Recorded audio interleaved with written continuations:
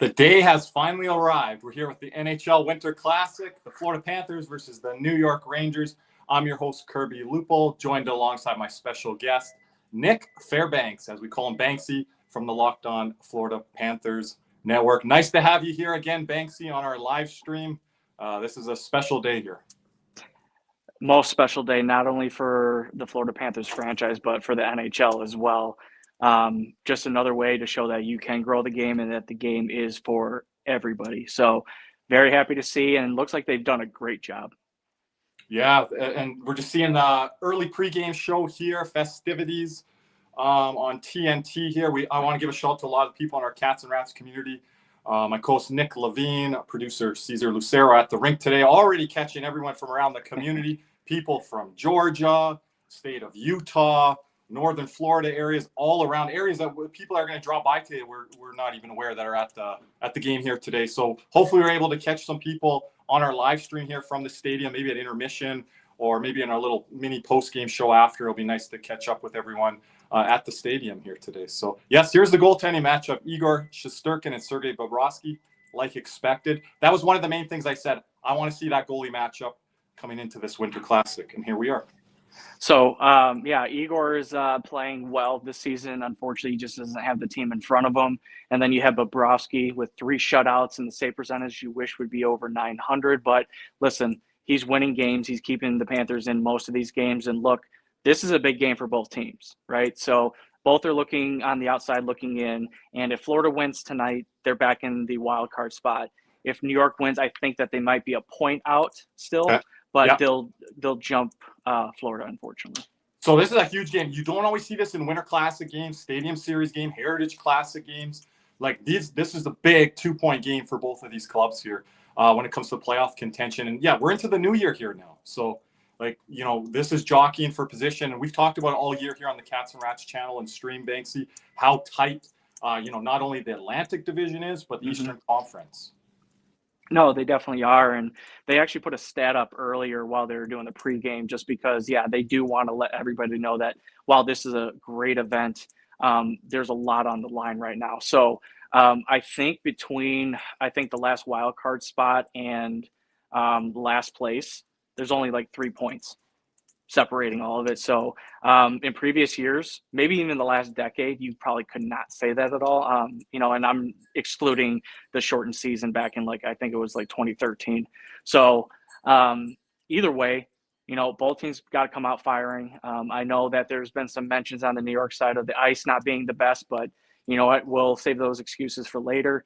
But I'm excited. I'm really hoping that we get boys are jacked up. It sounds like that they've had a great time this week outside of the Montreal game, and that they're feeling it.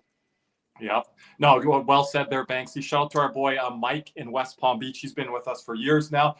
Said he saw Big C. So Mike checking in from Lone Depot Park here. So nice for Mike to check in here. I'm excited, looking forward to everyone within the community, Banksy, just like this, popping in when they're at the rink. And I appreciate them, dropping by and letting us know. And hey, we're here for everyone, whether you're in the South Florida area, the state of Florida, America, Canada, North America, all around the world. If you're wanting to partake in this a little bit more because you're not there today, we appreciate having you here. And this is why I do it for myself too. I'm not just doing it for the community. I'm doing this for myself. It really accentuates and the experience and overall kind of feeling that we get. And everyone's going to be talking about for days. We'll come on tomorrow and throughout the week here, Banksy, and just able to break this down. And you do hope, obviously, for the 2 points in victory, because it's the first time ever. It's first time hosting an event like this. So you always want to look at that from a historical perspective, Banksy, because you and I are longtime, OG Panther fans. You want to have that in the record books as a win. Well, yeah. I mean, I don't want to say you want to strut your stuff, but at the same time, you want to have a good feeling. It's more personal to us now. I mean, whereas, other games of Winter Classics we've seen, teams like the original 6, like Chicago, Toronto, Red Wings, Boston, and all that. And while it was awesome to see, just because the NHL is kind of taking it back to the heyday where you played on a pond, now it's real for us. And it really legitimizes not only the franchise, but again, as I said earlier, that it works. And it works well down here. So looks like they're about to start either the national anthem and they're opening the roof. Okay, yeah, I'm with you here too. We'll try to sync up as best we can. I just want to let everyone know in the chat, please sync up the best we can with Banksy and I. If you're a little bit ahead of us, that's fine. Just don't spoil anything for the chat. You get to see our delayed reactions. That's what a lot of YouTube content creators, sometimes I'm ahead when I'm watching them. Just make sure you're not spoiling it for too many other people in the chat because they want to enjoy the experience alongside with everyone else, and if they're synced with me and Banksy as well. So just don't spoil it until Banksy and I get to that point, and we'll try to be synced up as best with you guys as well. We'll let you know. Yeah, as much as I love Nick being with us on the live streams, the last couple, he's definitely shown us a thing or two about being ahead. So yeah, we got to get on Nick when he does that. But Nick won't be here. He's at the game. Yeah, little pre festivities here with was it Lewis? I don't know this guy. Honestly, couldn't tell you from the guy who opened up the festivities to now, and that's my bad. But that's not my scene, I guess, right now. Yeah, there we go. Yeah, so we'll, puck drop be a little delayed here. We wanted to join early with our guy Cody Stevens here, saying 2 points for both Panthers. Got to come out flying to start tonight. I feel first goal is important. I'm feeling a Sam Reinhart goal tonight. I don't know if it's going to be the first goal, Banksy, but I'm kind of feeling a Panther 3-2, 4-2 game with an empty netter. That's my prediction. You hope so. I mean, after, what was it, Tuesday night? You hope the Panthers defense can still hold up and limit the Rangers' chances and only give up 2 goals. Bob has played well this month, he played well in December, so hope he can carry that over. And, as he said, it's always start new, but again, he's played very well, and hopefully, maybe the team comes out flying for him, spots him a few goals so that they can, I don't want to say sit back, but they can play their defensive structure a little bit more rigid. Yep. Double-digit numbers that we have here in the chat. We'll get to everyone's questions. Appreciate Adonis here, one of our members. Just like we mentioned off the top here, Adonis. Yeah, big moment for the NHL, big moment for the Panthers organization. Banksy, I did see a stat. Rangers, is it 5-0 all-time they are in outdoor games here? That might be true, but here's the antithesis of that. Brad Marchand is trying to be the 5th player to be 4-0. In outdoor games. So someone's O has to go. Someone's O has to. Okay. So not only the 2 points, but the O's got to go. I grew up in the old school wrestling days, so it's like the movable object against the unbreakable force, or whatever the saying is, are going to collide, and something's got to give here, right? So the anticipation of that, all the different little mini storylines that are baked into this. You guys share the stats with us as well. We'll share some stuff later potentially. But we're here with you guys here on this special evening here. So it's fun to see that, Florida was able to host the All-Star game a few seasons ago with the first season with Matthew Tkachuk on the team. And now here we are just a few seasons, separated from that. They're hosting a Winter Classic game. So just how many short years that this franchise has come, and how important this will be going forward, not only for possible free agents, but just people looking at the profile of what this team has been able to accomplish and what they could possibly. What is that? Is that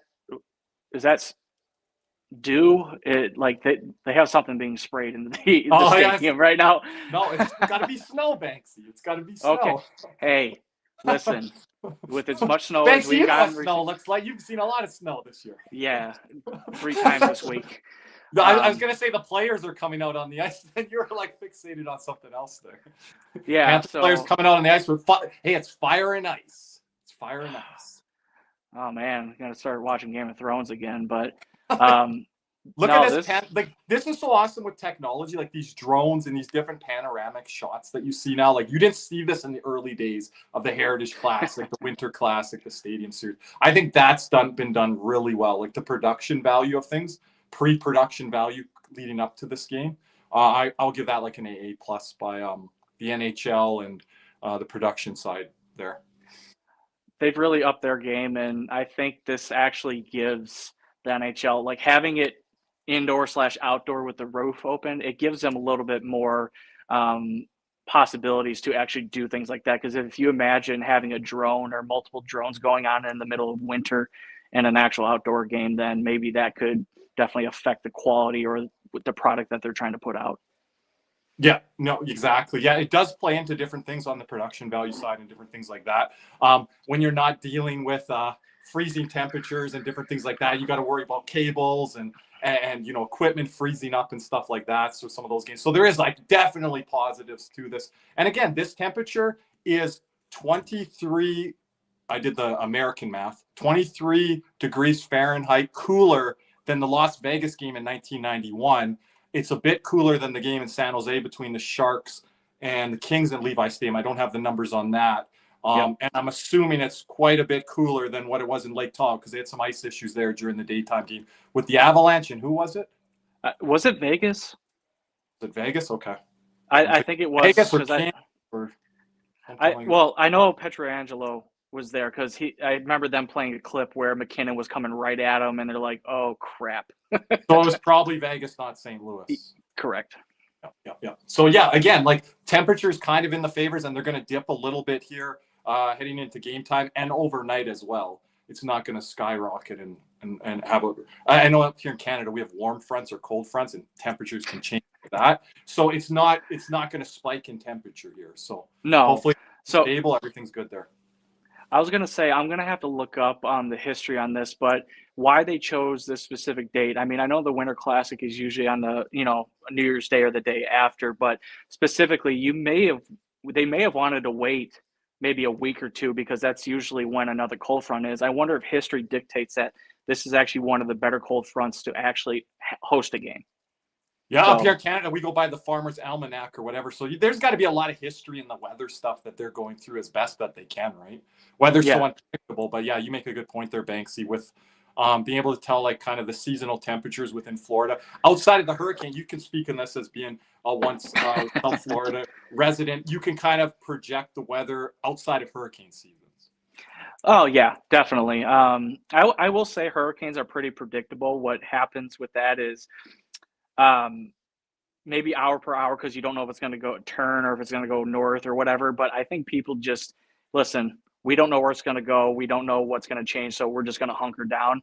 And that's where I guess those numbers, like of unfortunate catastrophes, like houses, things like that. That's where that goes. And sorry to go back, but we have Matty Tkachuk with Seth Jones. Oh, look at Seth Jones with the American flag there. Shout out to Seth Jones on being named to Team USA. That is a Cats and Rats W. I'm going to even give a special shout out to my boy Nick Levine alongside myself. Man, we've been an advocate for this guy ever since he came in. No way did all the haters think this guy would even get a sniff at an Olympic spot. And here we are. Here we are, everyone. He even said it himself, actually, that if he had not made the transition down here, that he doesn't know if he would be even considered. So just goes to show how important he's been to not only this team. They probably don't win a cup without him or Marchand, but how steady he's been this year with the team and being the number one defenseman.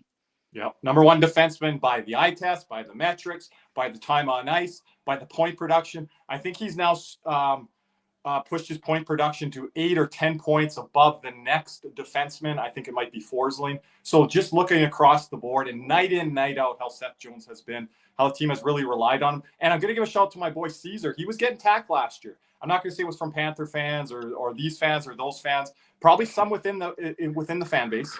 But they were like, well, I don't know about Seth Jones and how he's going to adapt this team. And Caesar said, everyone, he hasn't even had a training camp yet. Listen to the words spoken by Paul Maurice here. I think it was before the playoffs last year. Yep. And he said, we haven't even had this guy yet for a trip. Wait till next year and then evaluate from there. And we're going to get him in that training camp situation, and he's going to flourish even further. Fans did not want to hear that pre-playoffs last year, a lot of fans. And then now you see where he's at in this evolution in Seth Jones's game again. Definitely. I mean, it took him a little bit. I mean, you could tell that there were some growing pains, but I'm glad he got most of it out in the final, 20, 25, maybe even 30 games of the season where, he was just trying to figure it out. He needed to know where he was going to be. But he looks a lot smoother with his movements. He's making better decisions with the puck. You couldn't say that when he was with Chicago because he was relied on for everything, unfortunately. And now that he's got the proper support, he's got a team that believes in him. He's a different player. So, again, congratulations for making the United States Olympic team. Yep. And hey, Dilo, how's it going? Jose, everyone in the chat. I'll do the best I can as we go through the chat here. We'll catch up with the chat during commercial breaks. I'll be here for some of the intermissions, even if we're off camera. Be here in the chat and things like that. But I do harken back to a game last year against the New York Islanders. I remember Noah Dobson exposing Seth Jones a couple times, and that lost the Islanders. I'm like, hey, everyone, this is Noah Dobson. Like, this guy is an all-star. This guy's a pretty damn good hockey player in himself. Let's everyone relax here and pump the brakes. So that was a moment last year. I remember that fans were really overreacting to Seth Jones. Like, I don't know about this guy. I don't know why we traded Knight for him and all this stuff. So I remember back to that game. I think that was probably the stick in the mud there, is that we had to give up Knight and a first rounder. But listen, we gave up Knight for Seth Jones. We had to add in the first rounder to get some, money held on to by Chicago, or retained by Chicago. So to me, it's a win-win for Florida. It's a win for Chicago as well. They're only on the hook for $2.5 million, and they have their goalie of the future. So listen, as much as people want to debate about the trade, it's worked out for both teams so far. And that's really all you can ask of a trade. Nobody, I think, ever wanted Knight to not pan out or anything, but I just think that the Panthers had a different way, and they had to make a move in order to, push their window and win a second cup. So it is what it is, and Florida so far has benefited the most out of it. Yeah, and beggars can't be choosers. I've said this before. I wanted about $500K to $1 million more retained by Chicago, but it is what it is. That would have been the ideal deal to me. I always brought it up on our post game, so I'm interested in Seth Jones. I brought it up for about 2-3 years there, Banksy. And my post Cody and others, they made good points. They're like, I don't see how the money's going to work. I don't see maybe even how the fit's going to work. And I'm like, I like what we're hearing Connor Murphy's name now. Yep. I like what Seth Jones brings to the table. So these are guys that I wanted to kind of change the dimension of our blue line. And we went from a Uyghur to a Monter to nothing. Then like, hey, we need something here. And then Seth Jones was that piece brought in. And not only that, he's got size. So he's going to play into exactly what the system is and what Paul Maurice needs. It allows the Panthers to then, really branch out and really kind of understand, or really try to make a move for what they need in their bottom six. It may not be this season. Let's be honest with ourselves. Either the money, or secondly, just maybe the fit right now, because we got to wait for Kulikov to come back. We know who's sitting then, but at the same time, who are they going to go get that's going to fit them under the cap? Are they going to have to trade somebody on the roster right now? Are they going to have to give up futures? So whether it's Murphy, whether it's the guy who I want, and, I've said his name a few times, Alexiak, and then maybe Ferraro. Either way, it's going to cost the Panthers. It's just, how are they going to fit in? And then secondly, is this keep the window open, or is this for one season? Yeah, exactly. And again, I think, Zito's got that short range viewpoint, but he's also looking ahead. You see the guys like Anton Liddell, what you're wearing there today, very nice. Yeah, baby. Part the Lundell crew. Hey, he checks out our stuff over on the Cats and Rats. So we love Anton Lundell. We've always been a proponent of him and him being elevated up in the lineup. And what I'm saying is Zito having those guys within the lineup, they haven't hit their peak yet, and they're growing with the team. So again, and it's a veteran-laden team, but you still have those young guys like Lundell in there, trying to work Mackey in there. Just wanted to mention the game time temperature, 61 degrees Fahrenheit, feels like 59, they said. So we're getting ready here, very close here, Banksy. We're going to try to sync up within opening face-off and then the first whistle or two, and then hopefully we're good from there. Some opening ceremony face-off stuff looks like it's going to take place here. Cinema, you're right. Why I'm so upset with Aaron Ekblad is because he put his teammates in a bind last year, and he can look back and if he's looking at himself with accountability, I really screwed up, and I still get a Stanley Cup ring out of it because guys just picked him up. The Kulikov injury was really unfortunate timing. Kulikov kind of put himself in a bad spot there, like he did earlier this year with the injury that he created as well. He's got to stop doing that. But yeah, like Seth Jones without Seth Jones, everyone talks about Brad Marchand. Without Seth Jones, we're not winning that Stanley Cup. That's my take, and I'll die on that hill. And to go back to current events, as far as right now what's going on, Roberto Luongo is coming out to center ice. I think he will be dropping the puck. There we go. That's always good vibes. Remember the drum. And I said, he's got to hit that drum. I was out there on social media. I said, there's Ariana Grande's name out there. There's this person's name. So I'm like, it better be a good representation of the franchise. And I'm like, hopefully it's Roberto. And they have Trocheck. Trocheck and Ekblad, two former teammates with the Panthers. as we don't have our captain out there, so Ekblad will be part of the ceremony. And why am I blanking on this? Who's the Rangers captain? Do they have one right now? Yes, it's Miller. They got him from Vancouver. So is he in this game or is he hurt? I think he's in this game, but knowing that Trocheck started his career here and that he is, he's still well liked down here. Let's be honest. So I will say, Florida still won that trade with Mr. Eetu Luostarinen. Yeah, sneaky Dale Talent trade. Yes, sir. There's Paul Maurice, 1-1 in outdoor games. Paul Maurice. I ain't worried. If this is Game 7, I wouldn't be worried.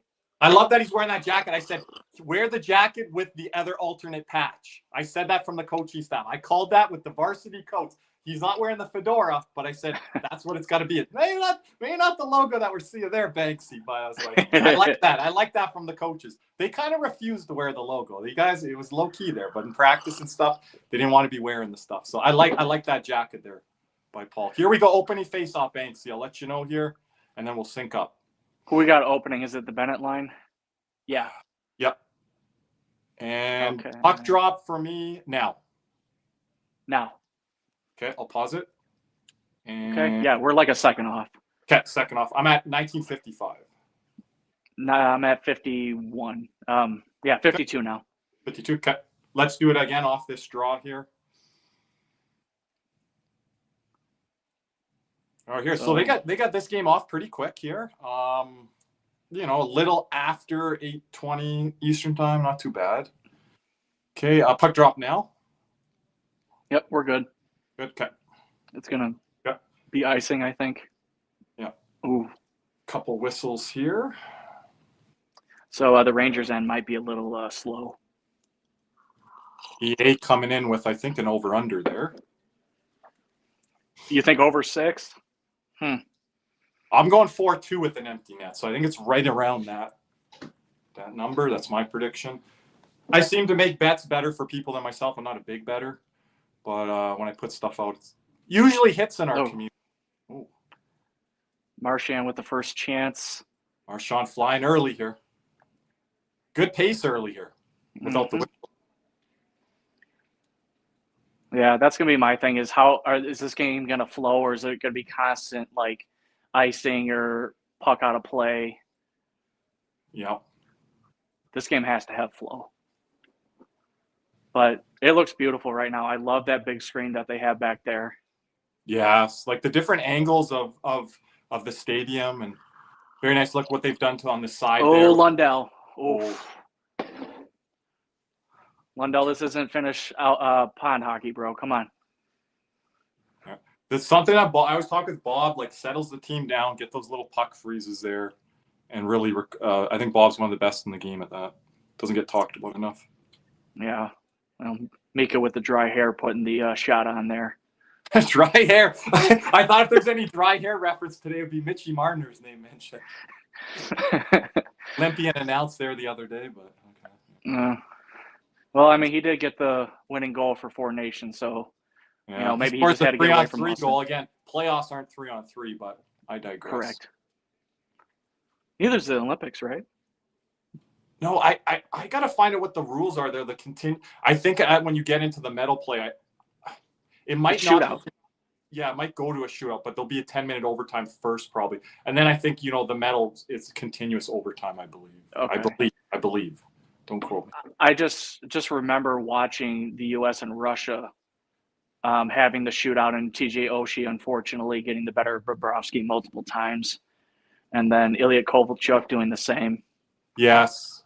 And I think Czech Republic won in '98 over Russia in the shootout, if I'm not mistaken. They might have changed it after that. The Nagano. Nagano. I want to say it went to a shootout. Maybe it was overtime. I could be wrong, but they might have changed some rules after that. Correct me in the chat if I'm wrong there, everyone.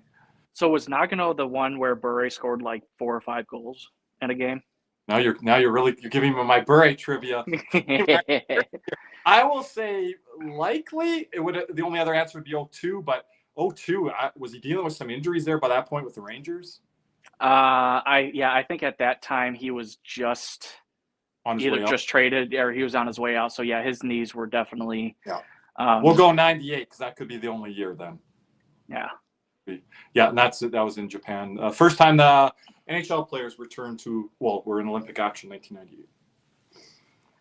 So far, a couple stoppages and everything. I'm okay with Bob, holding the puck there. It's something that's really helped his game since he's gotten here. First couple seasons, he was really trying to move the puck a lot and wouldn't allow his team to get set again. And now he's okay. We got our first penalty coming up. Oh, yeah, stick infraction there by the Rangers. Looks like a trip. Oh, but it's on AJ Greer, so of course he's a bad guy. Bad guy. Was that Gavrikov or one of the defensemen? That'll be key because I think he's their penalty kill.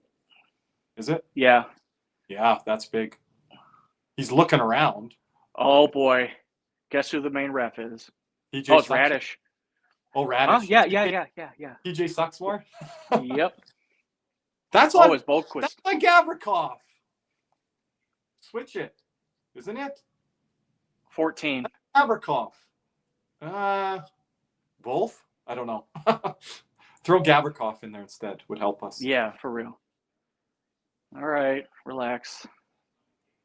So we are at the 17:20 mark here, just about to drop the face-off. Let everyone know. There it goes.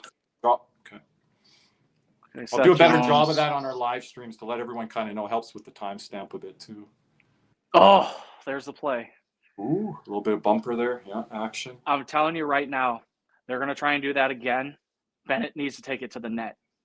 That play is there. Take that net drive there. So Bennett's in that Matthew Tkachuk spot right there. He's a little bit higher. He needs to be. Matthew, yeah, I think so too. Matthew goes a little lower. He can do a little bit tighter moves in tight. So I think Bennett needs to be a little higher up than way down there in the old Gretzky office. Ooh. Oh, perfect. What a nice setup, boys. That was. Right. So Bennett up there in the high spot. Bennett getting a lot of puck touches here. Maybe he's going to make Team Canada wish that they picked him. But you and I had that conversation. Yeah, we had it off air. We'll have a lot of that, obviously, throughout the next month here on our channel. We're going to be here tomorrow night, I believe, for After Dark. We're trying to get our boy Jim Behringer. He's at the rink right now. He actually flew down to Miami. So hopefully he's able to join us tomorrow night. That'll be a special After Dark episode. Make sure to turn your notifications on. Make sure you're subscribed if you're new to the Cats and Rats channel here. 16-23 here. Yep. Poor entrance. Some chances there on the power play. So I think they're trying to keep it from Shesterkin right now, which is okay, good. Thankfully there was a mishandle there, but they cannot be this predictable. All right. So as I was saying before, I think they're trying to keep the puck away from Shesterkin right now. And that was offside, I guess. Close. But that's why they're not dumping it in right now. But, yeah, it's pretty much – they already know that play's coming. Yeah, they got to be clean in that neutral zone there. Guy Jack on our members-only stream yesterday.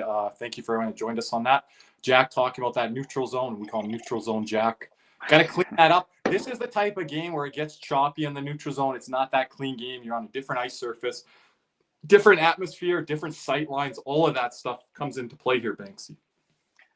It is, and you got to take advantage of that. So it might play into the Panthers' wheelhouse, but at the same time, you could also get burned by it. And we've seen our fair share of odd man rushes when we're being too aggressive, or they're being too aggressive. At the best of times. And this is, like I'm going to say, this is going to be no Picasso in the neutral zone, these type of games. So, that was I like that by Greer. Just put it on net. Ooh, Coonan. That was a good separation. Stand him up there. You know what? I'm feeling a Boquist goal. I don't know why. A little bit of juice there.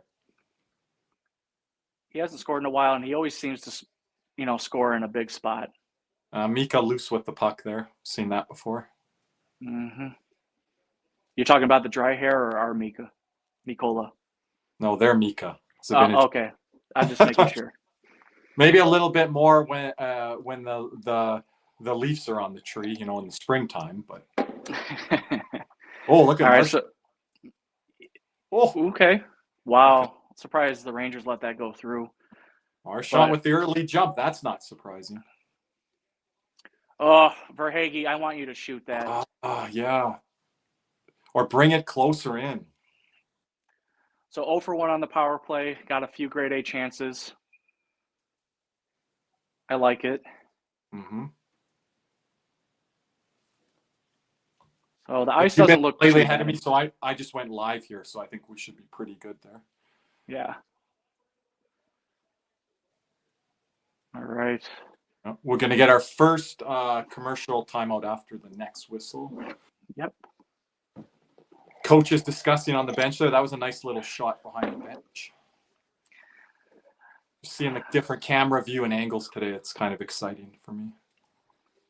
Yeah, I don't know if they have the as you're what talking about, like the Petrie. Oh, Petrie's my laid some big goodness. hits this year. Sorry, Banksy. Yeah. No, you're good. I think you had that hit like a half second before I got it, so Okay. that's good. And this better not be icing. I'll give it a quick stop and start. All right, this will be icing. Or maybe not. Okay. What time is what time are you at, Banksy? 36. Yeah, I'm right there. Okay. Oh, the cats are calling. Yeah, my cat Romeo or Romulus is talking a lot right now. I know, bro. Yeah. Don't got to get on Paul Maurice yet. No.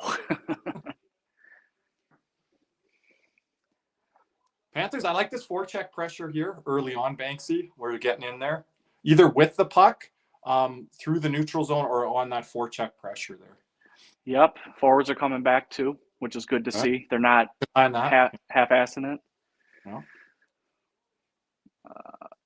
Is Period's Rempe playing? flying by now after we had those 3 early stoppages. We're at the 12:52 mark here. Yep. And this does not seem like New York hockey to me, but don't quote me on that because I'm not really watching them this season. But yeah, this seems like a slowed down version of their game. I think Sullivan's trying to go back to some of the basic and fundamentals, and the problem is with some of the guys in the system, with the Panarins and Mikas, you know, these guys have lived off the power play for a long time. I know Chris Kreider's not there any longer. He's moved on to Anaheim, but he's really trying to focus, I think, on their 5-on-5 play and maybe preparing them for, you know, April hockey. So again, I know they went a real long time there without scoring a goal on home ice to start the year there, and fans, Ranger fans were getting quite frustrated with that. So this doesn't surprise me too much with Mike Sullivan hockey here, but again, I haven't, like you mentioned, I haven't watched a ton of Rangers hockey this year. But they have a lot of tenure on their bench. I mean, you have Sullivan, but then you add former New York David Quinn, I think, is there. You know, he coached San Jose, I think, for a season or two. And then you also, you know, like I said, you have Sullivan, but, you know, you have two guys that know what they're doing. And you would think that the turnaround or the curve would be a little bit quicker. But again, as you said, like these guys have been really, and who's hurt? Hopefully Seth Jones is not hurt. Oh boy. Or is How's there it going, penalty? MJK? Emily as well, maybe new to our community. Welcome, Emily. If you guys do lose your feed or whatever you're using, we're here for you. As we go to commercial break here, we will stay with you, but I just want to mention, because we did not mention this off the top, so everyone that is new here and our numbers right now in the double digits, we appreciate everyone here with us and everyone finding us throughout the night, maybe for the first time. Make sure you're subscribed to this channel.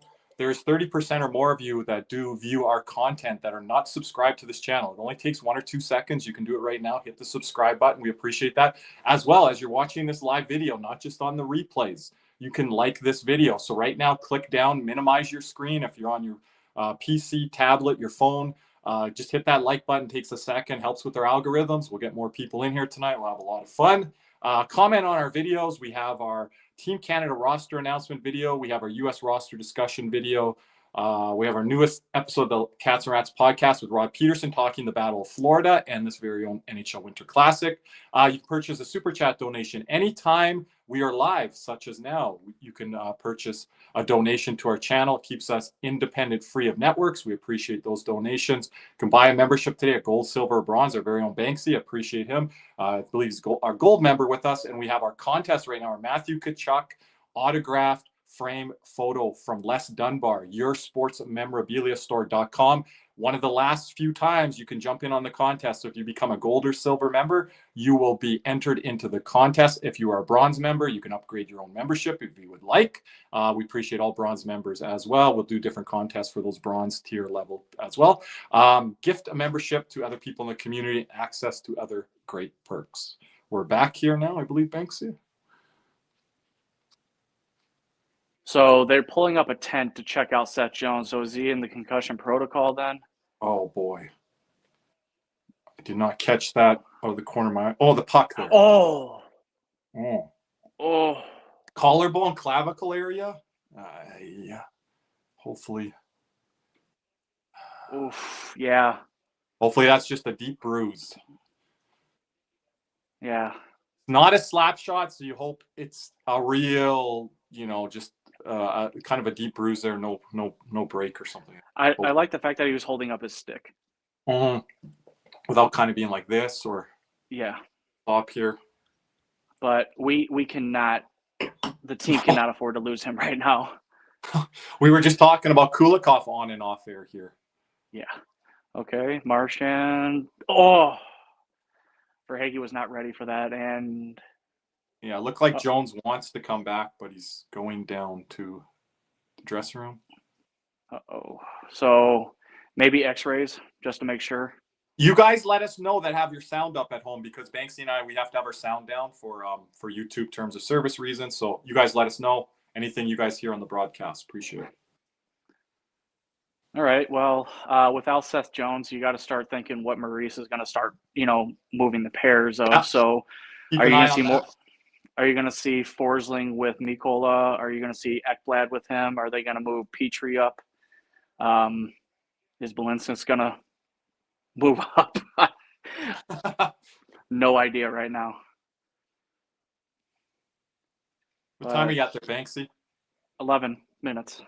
Okay, I'm a second or two ahead of you. Maybe I'm caught now.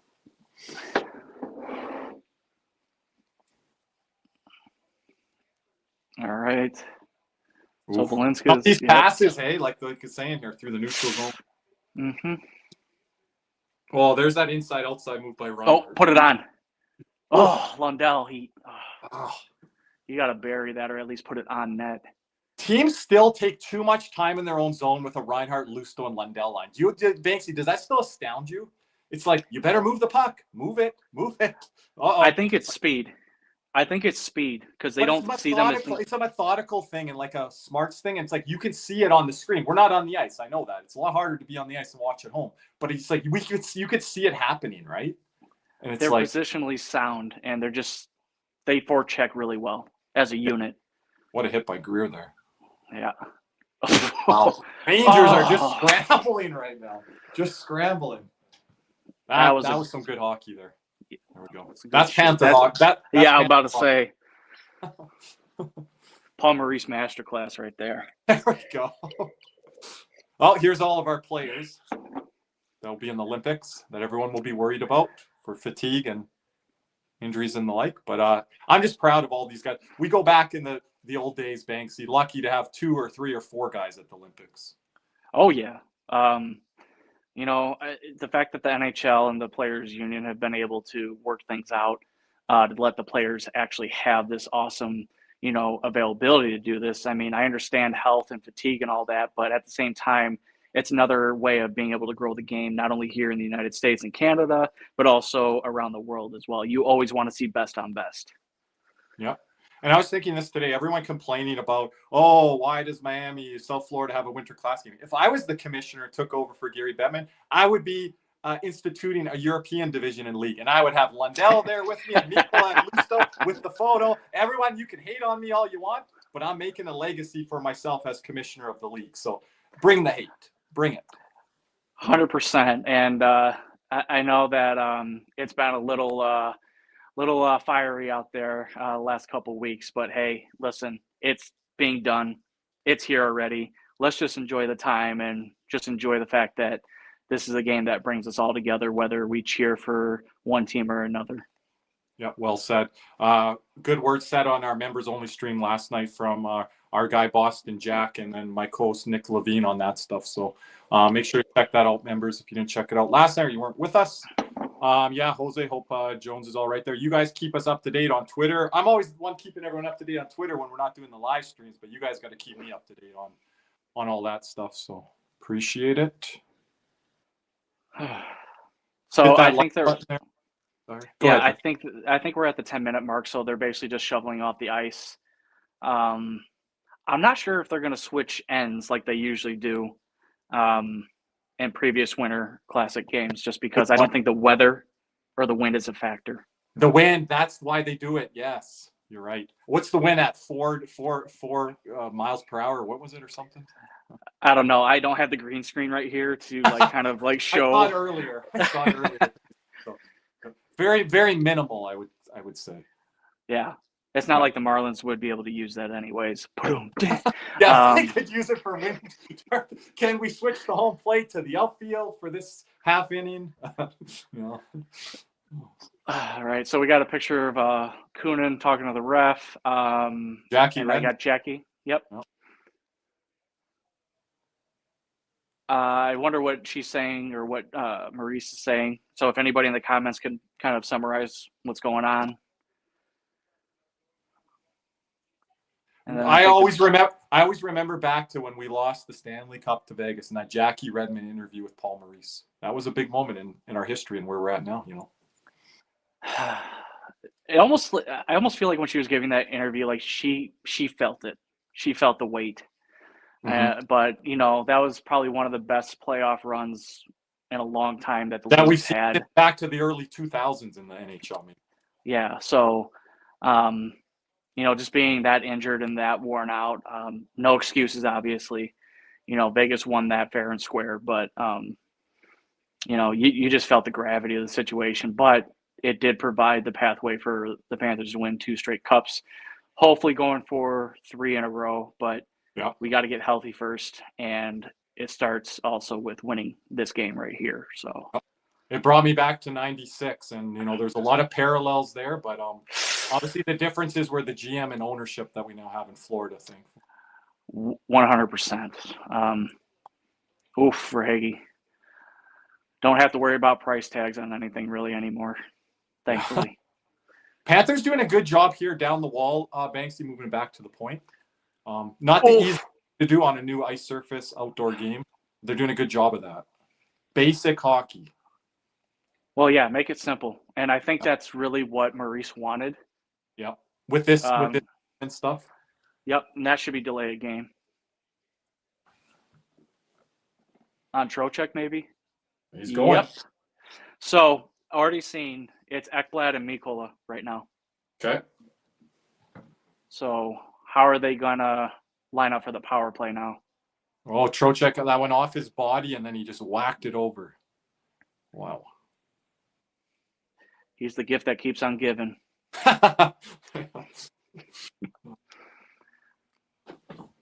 Dan Quinn looks like he just woke up. Dan Quinn or Mike Sullivan? Mike Sullivan. I'm sorry. Yeah. They look like Dan the Quinn same.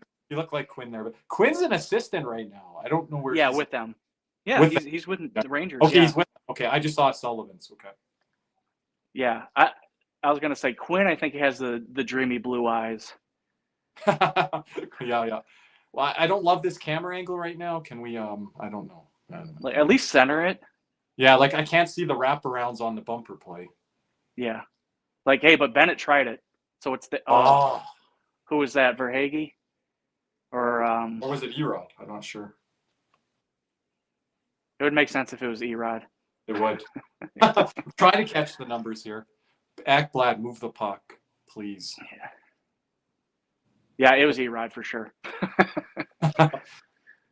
All right, so New York is definitely doing a good job of gap control. not letting us have a lot of room. So is the power play ticker working on the screen right now? No, I was just looking for it. Okay. I saw that earlier and I'm like, I don't think the power play's over already. And it wasn't on the screen. Woo. Ooh. Oh, keep in there. Yeah, they need to switch out the back pair right now, please. Thank you. As much as I would love to see Ekblad on the power play and he was younger, it would be amazing, but not anymore. I think Father Time's kind of caught up. All right, so you got Oh, good defending there a little bit. Nice little look. All right, so we got Petrie. And See, they're not making the simple play at all. They're trying to make the sexy plays right now. And the penalty's over. Paul Maurice is out. Nope. Paul Maurice ain't going to like that from the bottom six. Nope. Well, the bottom six. Well, is Greer playing on the third or fourth line right now? I didn't get a chance to look at the line, so if anyone could That's right. Throw those up there. We were talking about that after. Now we got to watch that we're trying to watch here. So we got Forsling and Mikola now. Okay. Yep. Looks like Forsling might be playing 25, 26 minutes tonight. Forsling and Mikola out there on the ice, both left-handed shot defensemen. Oof. Rear in front there. Hey, as long as he doesn't get hurt, I'm okay with it. Yeah, causes some havoc. Mm-hmm. Yeah, they just, again, there's no reason for that cross ice pass. No.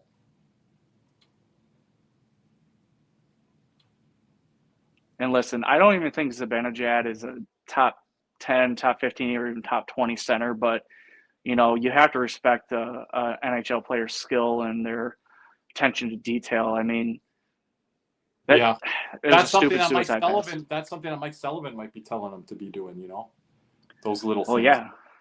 Right. You can't be a power play merchant anymore. You gotta play defense. Yeah. I like Petrie's game so far here, moving the puck. Yeah. You said Boquist there down below. He's getting involved in play here. Oh, Kunin. I feel like Kunin could have like 5 or 6 goals by now. Yeah, he's starting to be around the play a bit more. Oh, big hit there on the wall. Okay. So I will say this, after the first 2 or 3 minutes, Florida's basically controlled this game. Although New York has defended really well, especially on the penalty kill. Yep. Which could create some momentum for them killing those two there. Yep. You know, the game is 0-0. Maybe Florida feels they should be up 1-0 or something. But shot 6-3 for Florida, 5:30 to go in the first. And we got a penalty now. Another delay game? Studnicka. So that's one of the things I've always wondered about is these outdoor games. Like how is your depth perception being affected? Because you don't have, you know, the crowd backing you. You know, you have more of an open area. So do you think you have to lift it more because there's more space? Or do you try to, I guess, not overpower it? Mm-hmm. So you can't get too cute on that either, right? Correct. So New York power play coming up. I haven't seen Panarin at all. I haven't noticed him once. Hello, gossip. Let's try to get some of those minutes going. Maybe before we go off the air, or actually when we do come back too. So we'll kind of try to track that there, Banksy. That would be great. Everyone in the chat. Did anybody comment on? Go. There's a question. Sorry to interrupt, Banksy. Question there from MJK. If you want to kind of take. Yeah, for all you want to know, hockey's much better than me. Why is no one in front of the net? Just not able to. Igor seems he can grab most of these So here's the thing. I think both teams are still trying to feel each other out. Panthers are doing a much better job getting in front of the net. The problem is that the puck is not getting there. So there's no real chances for the Panthers to try to tap in. And the Rangers, they have 3 shots. They haven't had a chance to be down in the offensive zone. They will now. And it'll be interesting to see how the Panthers defend without Seth Jones now. Mm-hmm. Well said there, Banks. Thanks for taking that. This is from Jose earlier with the Jackie Redmond and Maurice thing, I think there. The laughing was her saying tonight was the first time she was taller than him in an interview, and then he said, "Enjoy." I feel like they have like the best banter between like a sideline reporter and a coach. Like and Jackie's very competitive. She's becoming like kind of a competitive pickleball player, and she's going against guys in matchups where she's playing. She's with a former reality star guy. Her husband was on Big Brother Canada, so she goes in men's tournaments and goes against men. Like she's not even playing women, so she's very competitive. So I think she's used to that inner competitive. I think she became a broadcaster because her dad was big into hockey and into sports. That's she actually was a reality show winner herself with the old Score Network back in the day. Nice. So I was gonna say Panarin's on the ice for this. So hopefully the Panthers can take advantage of that, but they lose the draw. As long as the Panthers get them to the outside here, that'll be good. Good start. Yep. 5:17 to go in the first. Panthers on the penalty here, as we do not have the bug working for the power play times. Yeah, probably the only thing that's standing out that's not good. Yeah. People are probably all right. There we go. Good play. So I'm starting to see that the ice is probably a little slow right now. Yeah, now you got to look at it here with 5 minutes left in period. Okay. Defense fell asleep and it was Zibanejad. Got to see that coverage there. That almost looked like a 5v5 goal situation. We did get the puck deep there, Banksy. They were coming off on the bench. I'm not going to say bad change, but got to get that puck deeper. And the Rangers just able to move that puck up. Mika Zibanejad on the power play, 1-0 Rangers. So either the forwards didn't get on the ice quick enough after the change. Too much space there. Loesterainen's right there. Marchand did pick up his But my question is why is Forsling and Ekblad going after the same guy? Mm-hmm. That's just me. And I've noticed a lot of plays. I'm not putting on Forsling that play, but a lot of plays this year, he's not broken up or intercepted those plays or got a stick on it. They're getting by. Like the pucks are getting through him and by him.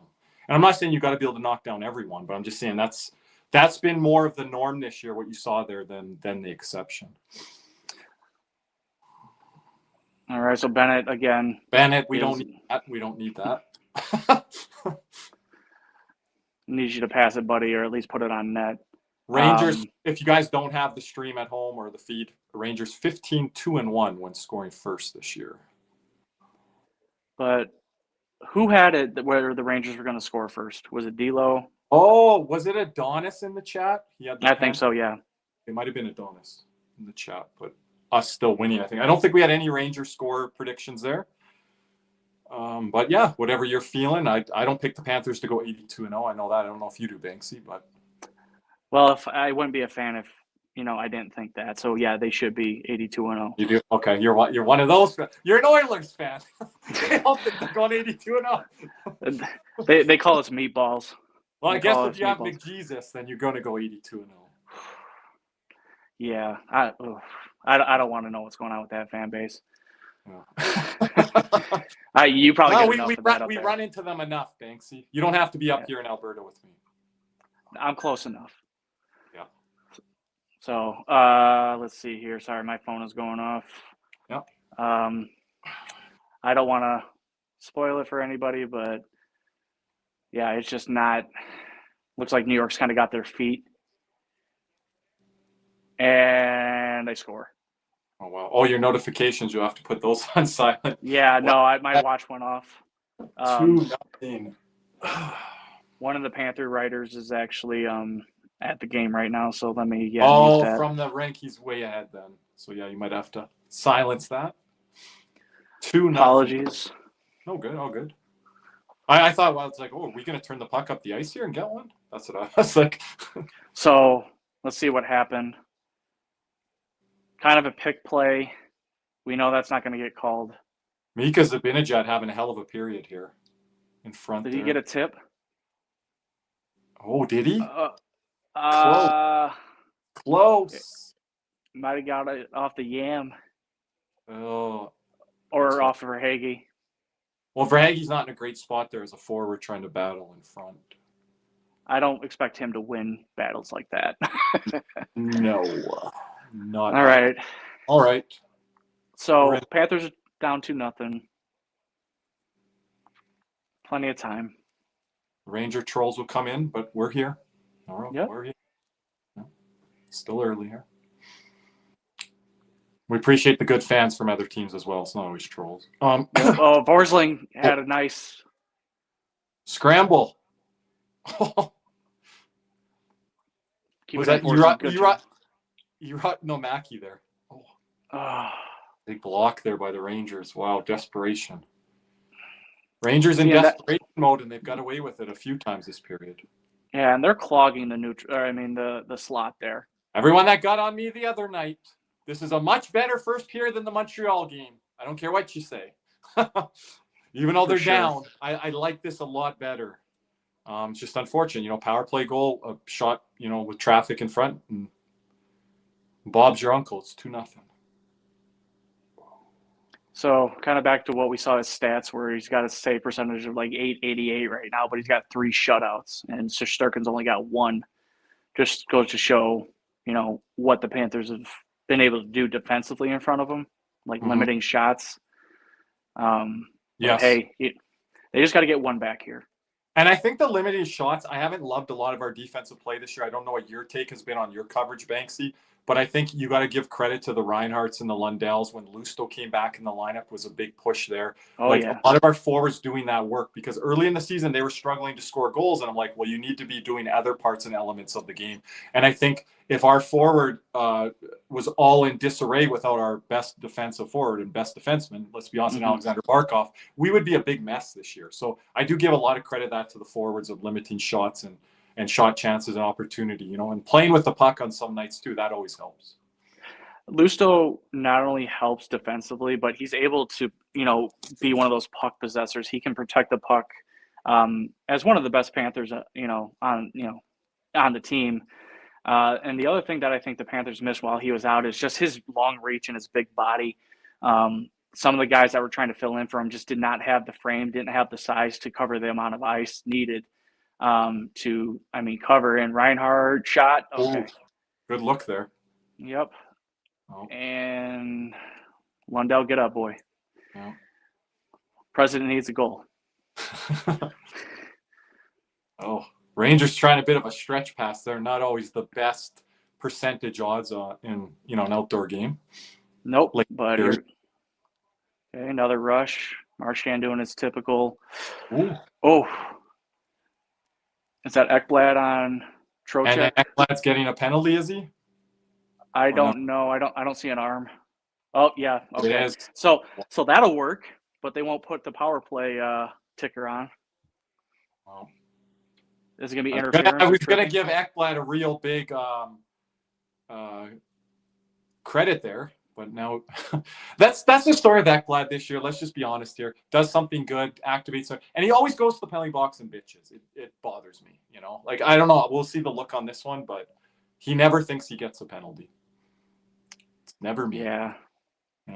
Just. I wonder. Are they? Okay, here comes the replay. Ekblad. Whether it's accidental or not, that's interference. And he got him in the head. Head area. Yep, illegal check to the head. Taking a look at this? Nope.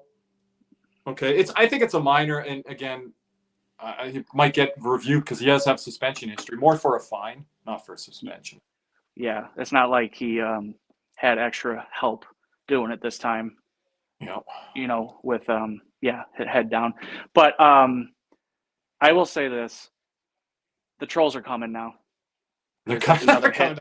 Because that's another hit to the head. I do see a guest in our green room, but we are still 58 seconds to go in the game, so we will get to you, Big C's. But you are live, more live than we are live, so we will get to you here. If you can hold in there, right as we get to 0 here. They're really ahead of us if they're that far ahead. Yeah, I think the period might be over. Because there's like 40 or 50 seconds left. Yeah, I'm at 52.9 here, so. Yep. This mask by Bob, it looks like a 90s kind of like, or early 2000s. Like 90s was creative, more like early 2000s. It reminds me of Kirk McLean's mask with the Vancouver. Like when you get traded to a new team, you're not putting much into the mask, you know? No. Right. But I wish he did. Maybe it's a throwback to the 1930s. Who knows? Won't say anything. Yeah, what team was that? Miami Clippers. And I believe the other one was Miami Pirates. Ding, ding. Are we doing trivia? I can't wait for that to actually be a trivia question. I'm going to throw it to everyone now, all the time now, after this whole revelation this year, let's call it. This is not good here with the Rangers puck possession. No. Okay. 16.8. 16.8 here. All right. If Panthers can get out of this period being down 2, that's fine. Let's see what New York can do with the long change. I don't think that they have the speed to keep up with the Panthers. Good point there, Banksy. As we get close to the end of the first year, that's something to watch, especially in these type of conditions and environment. Guys maybe not always as sharp with all the things going on. They better be sharp in the second with the long change. I know how teams have got caught before in the past, Banksy, on the long change on these outdoor games. Has happened. Ooh. Oh, thank God that went through his legs. End of the first. And Caesar, not here, but we were going to. So if you do come back, pop back in.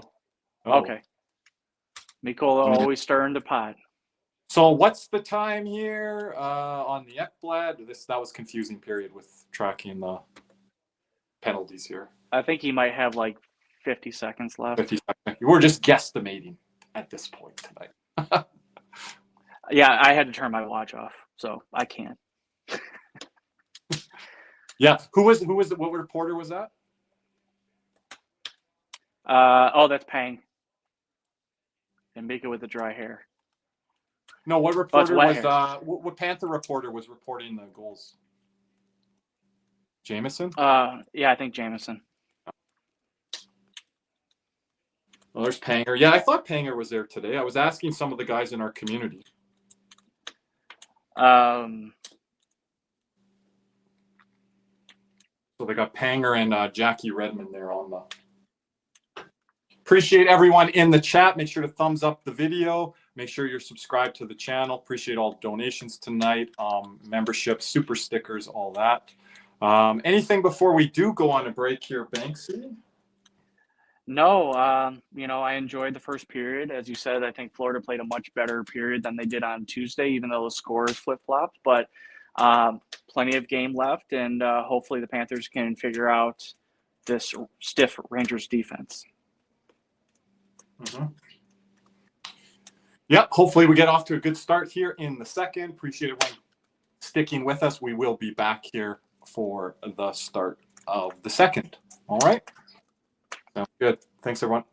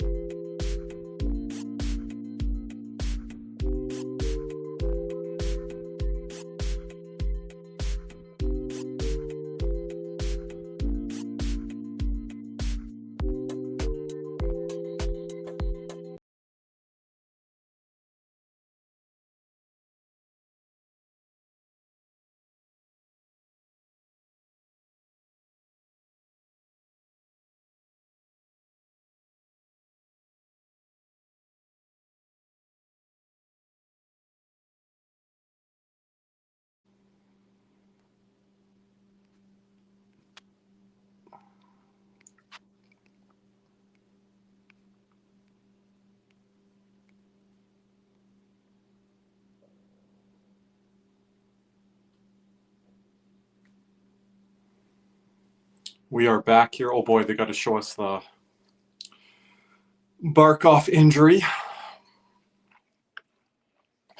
Yeah, that's horrible. Jeez. Someone just said it was nice to see Barkov around with the cup, and then they got to show that. Here we are. Anything, Banksy, to break down after 20, heading into the second? I got to update everything here. So 2 things. We still don't know what's going on with Seth Jones. I'm not sure. I think he's actually done for the game. Wow. So, and then secondly, an elite tweet by Tim Reynolds. This is the first time in 32 years that there's been a cup raised at a Rangers game. Tim Reynolds. Mr. Tim Reynolds, the insider for sometimes interesting Panther developments. Here we are, starting the period. I'm at 1935, Banksy. Yep, same. Okay, perfect. That's where everyone, if you guys can sync up, we'll do it once or twice more. Puck out of play. Getting everything set back up here. Appreciate some of the chatter. Off topic, Team USA eliminated from the World Juniors in quarterfinal as hosts, and Canada's up 5-0 right now. So interesting development. Oh, post-game. We are not on the post-game show. We are on the live stream. 215-man game lost by the Panthers this year leads the NHL. Yeah. You know? Okay. We used to have those days happen as well, Banksy, back in the day when we weren't that good of a hockey team. Rodriguez. Rodriguez has been around the puck today. Cunning's been around the play. Mackey's fighting it offensively. But that's a big wipeout. Holy. Okay. Wow. Okay. What the heck was that? Oh, my goodness. It's going to be on the highlight reels for 2 different reasons. Oh, my. Trocheck not giving up on the play and the defense being Swiss cheese. I need to have another look what we did there after that spill there from Vinny.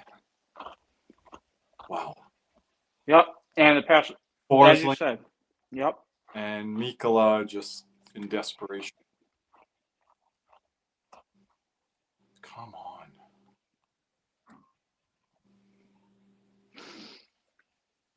Wow. What a shot, too. Mika's having a heck of a game here. You heard me talking. Yeah, heard us talking. We should start talking about the Panthers. That's right. Like, when's the last time Sam Skevich scored? Keep bringing that up. And when's the last time Boquist actually scored? Has it been like an entire season? Last year, I want to say it was 27 games, like, give or take. I could be wrong. 25, 27 last year. So I got on him last year about. He had a really great start to the season. Yeah, last year. That's what got him his contract, but now it's been. Yeah, right after the contract. Surprisingly enough, I think that's when that. So, a couple things here. What I heard on the intermission is it seems to be, according to the broadcast, a split crowd. That's how many Ranger fans are there. Number 2, Gretzky was talking about the lighting being very different in these type of games and hard to track the puck. Well, the one way to beat Bobrovsky is like that earlier goal, shots from the point there. But I don't really put that on Bob. There was a lot of traffic in front. Verhaeghe, as the winger, was really sunk down to the front of the net there, which is in a good position to be if you're a winger. That low towards, the goal line crease area there. But that was a note by Gretzky there.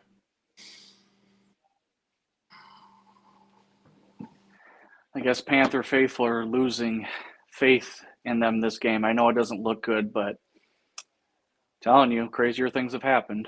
Mm-hmm. So, looks like Forsling is going to be double shifted. Mikkola may be double shifted.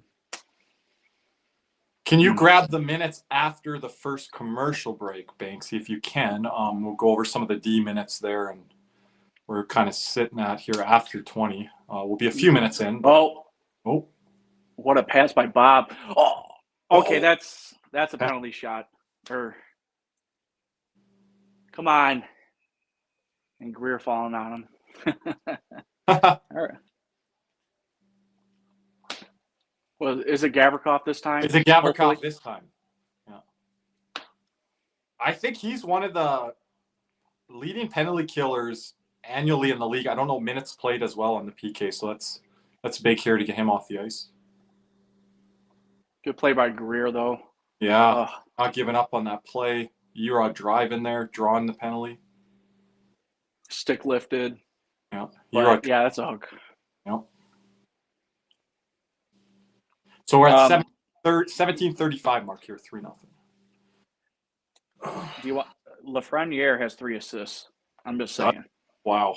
Cody's going to mention that. Cody was mentioning that last year, 2 years ago, being a killer against us. Yeah, it's been. I really thought the momentum of the game, Banksy, really shifted there when we had those 2 power plays and we were able to convert. Yep. Here we go.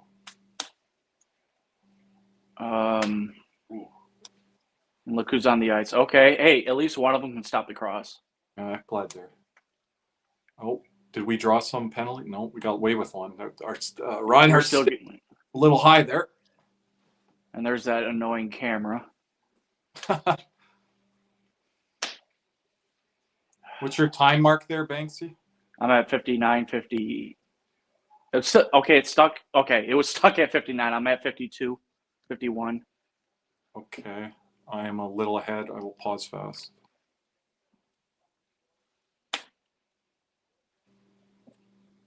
Boys, you got to get some pucks to the net, please. Like, you can't just be dancing around being down 3-0. As far as time on ice right now, the Rangers are pretty even. I mean, obviously, you're going to expect the big boys being at 8 or 9 minutes. For the Panthers, we're going to look at the defensemen, especially Mikola, Ekblad, and Forsling over 8.5 minutes. Jeff Petrie at 7. Petrie, wow. Yeah, Bolinskis is at 5, and Seth Jones only at 3, and he only had 3 shifts. 3 shifts. See, and again, Bolinskis, you wonder how much minutes he'll finish at the end of the night. It's almost like Maurice is running, 4 guys, 4.5 guys out there if Jones is done for the night.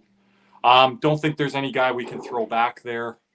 You're not going 11-7, so you're going with what you got. Would Sabrango then draw in if Jones is out? That would be the next guy up. Yep. Mm-hmm. So we still don't have power play time on the ticker. There's still not. No. I'm looking in the box here, like below on my screen here, to see if the guy's still in there because we don't have the sound up. So they might be helping you guys out on the broadcast, but we're kind of blind or deaf to that because we don't have the sound. So, So the NHL app is ahead. Oh, wow! Come on, loose goal there. See, Panthers have had some net drives here. They've had some transition plays, just have not been able to convert. I was just going to say, I feel like they've had the looks. They can't put it in the back of the net right now. So we've seen Greer with it, Boquist with it, Lundell, Rhino a couple. You get Verhaeghe there on a net drive. All right. So Lundell, Losterana, and Verhaeghe, and they have Forsling and Petrie. Forsling and Petrie. Keep checking those deep pairings.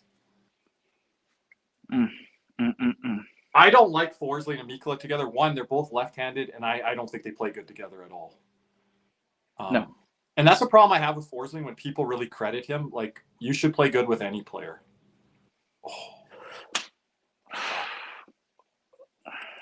See, again, they're getting chances. They're just not bearing it right now. Yep. And I do like when they're moving it to the point. I know it's more low-danger shots. It's more shot attempts, shot quantity. But you play in this type of game, you got to try to get an ugly one. You're playing Igor, an elite goalie. Get one by him and then, then start to be a little more selective. But you do have to throw pucks to the net a bit here now, down 3.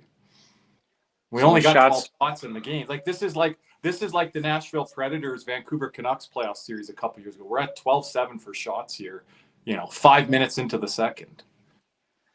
So, Panthers are leading this period 4 shots to 2.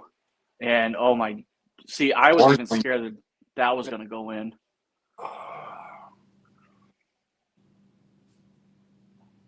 Conquest. No, you got to give the Rangers credit here with their kind of neutral zone play here through that first 5-10 minutes of the first, and defensively here. Yeah, they're bending, not breaking at all. Yeah, and they're tracking back on plays. Yeah, the Panthers are getting opportunities, but the Rangers are tracking back. But like I said in the first period, Panthers don't want to dump it in to give Shesterkin a chance, because what he's going to – ooh, that was a nice hit on Greer. What he's just going to do is he's going to take it and he's going to move it up out of the zone, and he's going to allow the transition game for the Rangers to work. Now, yeah, Panthers are just not handling the puck either. No. And when you get one and done here, and it's not even one and done because you're not even getting a shot. Correct. So there's a shot, one and done. That's a far out shot. Oh, there's good some board battle there. You're seeing a bit tonight from the Panthers from the bottom six. I think you need to see a little bit more. We saw that burst early from Marchand. You need a little bit more here from the top six. You saw that one good shift there by Verhaeghe. You need more of that.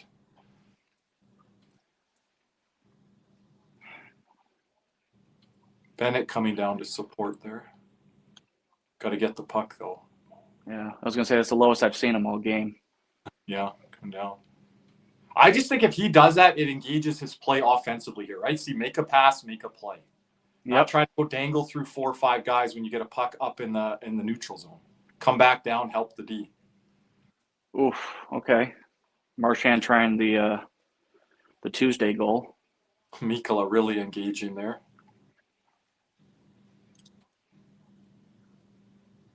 One thing I do love about having Marchand is that he will go into dirty areas and he will win a battle. Yep.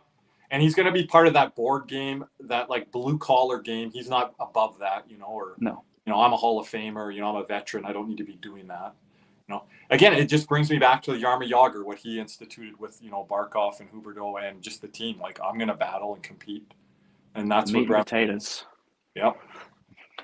And, Jagr went to done that earlier in his career. That's why he was out of the league. Oh. Just those that? Wide going over the close. Okay, shots I'm seeing 16-8. Yep. So they're starting to get pucks on net. Yeah, again, to me, the score is 3-0, but outside the Panthers not converting on the power play and a couple other areas of the game, this is not really a 3-0 game. It's more of 1-2 goal game here. So you got to get one and then build from there. How about a little mish action? Come on. Make it fancy.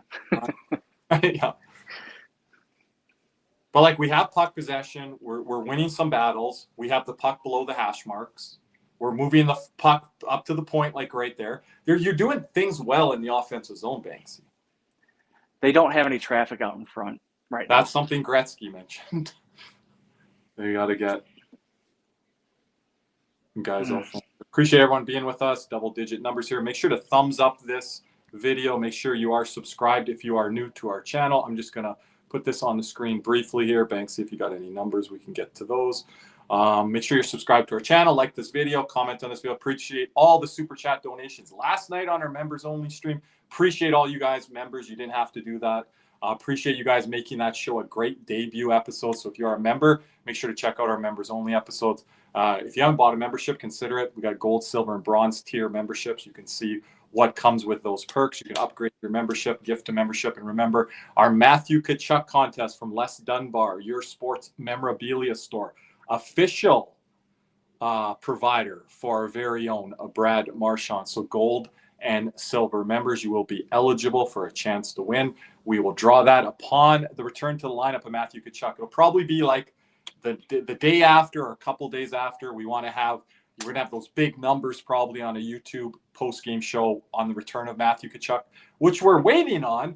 We're now in January. We thought maybe in December. So whenever this does happen, Eastern Canada trip, home game here. Matthew Tkachuk, of course, in his Miami Vice gear and in the cigar here today. So it looks like he's close to returning, being in the skate as well, the yellow non-contact injury jersey. So again, he's very close to returning. We will announce the winner shortly upon his return. So a couple stats for you, Kirby, if that's cool. Yep. Go ahead. So concerning for me, Samoskevich, Lundell, Verhage, no shots so far on goal. And then you have Gustav Forsling leading all defensemen with 13 minutes of ice time. And you have Balinskis, who's still at 631. I think he's maybe had one shift this period. This is the problem I have with Balinskis. You got a guy injured, and we're going to track the minutes throughout the night here. But if he finishes below 14, 15 minutes, as our guy Jim Behringer says, what are we doing here? Yep. Okay. That was a Lundell win. Uh-oh, get back. Man, Mika's flying here. Oh. Okay, good stick by Ekblad. Ekblad's had a couple nice stick plays here this period. And Rangers, they're backtracking and they're laying the body. And here goes Panarin. Way too much ice with Panarin here tonight. Yeah. I don't like way too much. Oh, that almost looked like it caught the post. Yeah, Panthers are giving them way too much neutral zone. Way too much. And up top, neutral zone, especially the neutral zone. Where's Jack right now? Need him to have a chat with the team. Yeah. Yeah. He'll drop by the chat. Watch here. Well, that looked like a little interference there. I'm not sure, unless Ekblad just lost his footing, which does happen. I will go with the latter. Okay. Wow. Yeah. Come on, boys. Increased zone time here by the Rangers, and we're not going to. Oh, we are going to get out of it. No icing. Deflected. Yikes. Stretched us. Nice play there by Blinkus. And it's in. They're saying no goal. No goal. No goal. Waved off. I thought I saw wave off. There was the Panther player doing it there. Yeah, but Bob played that. Let us know in the chat here, guys, as we have the sound down, the referee going over there. They're going to take a... He's saying no goal. Well, let's see why. Trocheck. Hand into the net. Is it? High... Oh. Yeah, okay. Yeah, it's over. Little lacrosse goal there. Yes, I would say so. I was looking at Lafreniere. His stick was even higher. Yeah. So no goal, and we're going to commercial break, I guess. Okay. Sure. That was kind of a rough transition, I thought. So we hit the wrong button in the truck.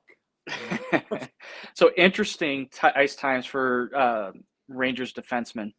Yep. They only have 3 guys in double digits. They have Fox at 10 minutes. They have Robertson at 12:24. He's leading them in ice time, and Schneider at 11:42. Gavrikov, our favorite, at 9:25. And I think he'd be higher if he didn't take a penalty. Take that penalty, yep. Could have had that other one there too. So Zibanejad is at 11 minutes. Trocheck's at 11 minutes, and Lafreniere's at just about 11 minutes. But, yeah, it's been that line show, and the Panthers not being able to contain them. Their better players have been better than our better players. That's what I would say of Paul Maurice. If it continues this way. Adonis says here, I also think shot suppression game is healthy for Bob. Let in goals when he doesn't face a lot of shots. Also, we have no bodies in front of Igor, as we mentioned. In advanced age for Bob, I don't want him facing a lot of shots. I'd rather him face less. A guy like Roberto Luongo always said, though, Banksy, even as a veteran, I want to see pucks early and I want to see more pucks. You get dialed in, right? Like it gets you back in that mode. And when you're older, it's all about being in a having that ritual down. And if a guy like Bob needs that to feel like he's in the game, then maybe they should, but that's not the way the Panthers are set up. They're, as you said, shot suppression and really just limiting any kind of chances that the other team has. Yep. I think the first time we saw that was when Gerard Gallant came in, and a lot of them were from the outside. And that's why I like that defense of Kulikov, Goodbranson. When Matheson was the good Matheson, effective Aaron Ekblad. We did a good job of that. MJK's comment here. I'm still looking for a baby blue Panthers practice jersey. Anyone has one out there? Willing to sell it? Maybe donate it? Maybe make a trade? Let me know. I think those jerseys are cool, especially the Leaping Cat ones back in the day. Those practice jerseys are hard to come by. I do have a black one. I wore it on. Oh, Wow. Okay. Marchand almost put that in, but it looks like a good rush from that line. Yep. And Jones won't be returning. Wow. So do you think he's really injured or they're just being cautious? I hope cautious. I have a little pause for concern, but it's better than he was taking a shot up there. It was kind of maybe a little snapper, directed shot towards net. It wasn't like a big blast shot, I should say. So I'm hoping he should be fine, but we will see. A break would be pretty bad right now. Bennett, that was not a high quality chance, dude. Come on. All right. They got to do something. Come on. Oh. It's a little bit in the numbers, but I'll let it go. Can we call boarding there? No? I don't think so. I think just with Samuel being small and him turning into that, yeah.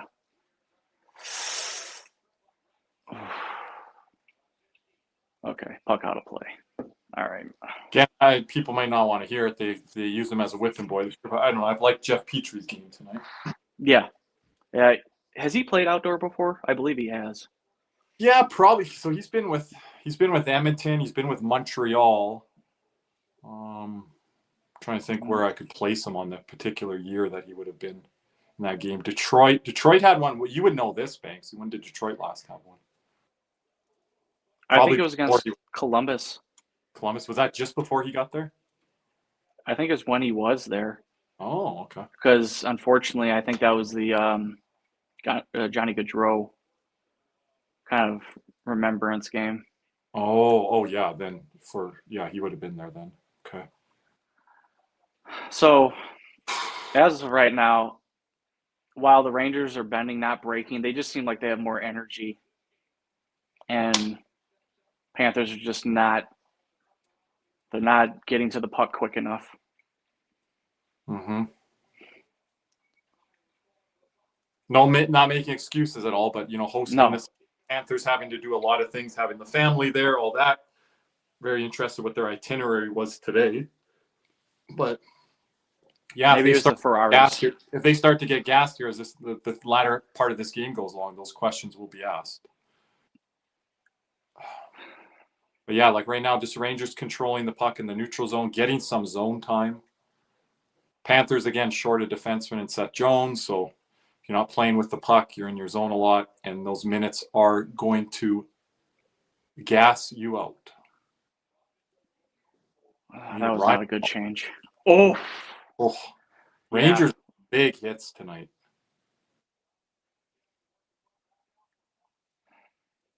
Yeah, Panthers got to start fighting back.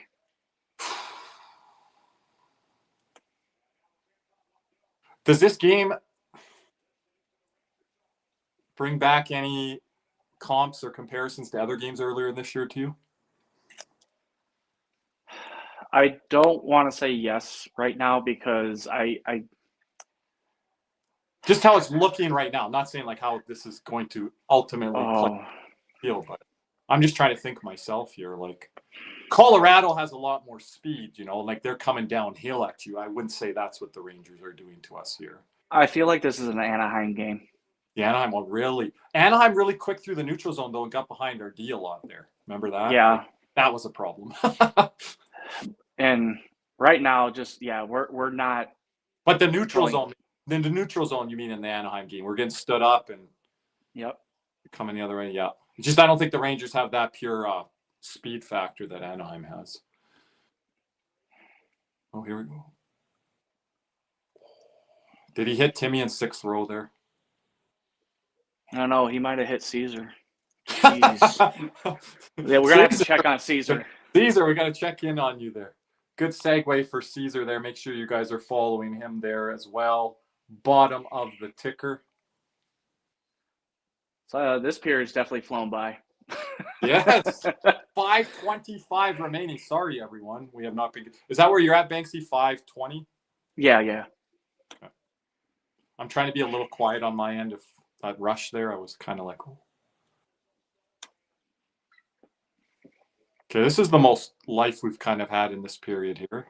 Maybe build off this, but more importantly, get a goal. I think they've won maybe one game after being down like 2 or 3 going into the third. Yeah. Too bad we're not playing the Devils.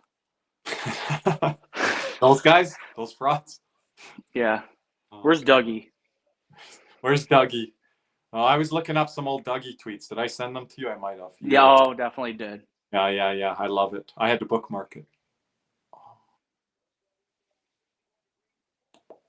Just get one on the board before the end of the period, boys. That's just give us that hope. And I think this has been one of AJ Greer's better games lately. Like, he was one of our MVPs through the first 20, 30 games of the season with Brad Marchand. I think he's starting to come into form a little bit more here recently. And today, I think this is one of his better games of late. He's playing physical. The only one. Yeah. Like, forechecking. He's getting the puck. He's retrieving the puck. Luke Cunning's been around a bit as well. Yep. Lundell losing his foot in there. Oh. Belinskas. Damn. Uh-oh. Good recovery back. Belinskas at 9:55.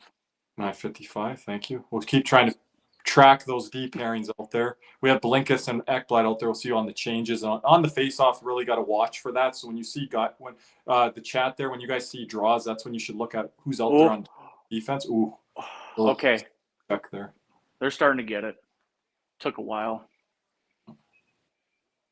And just got to get that first by Igor. 3:14 remaining in the second. We are going to commercial break here. Rangers up 3-0.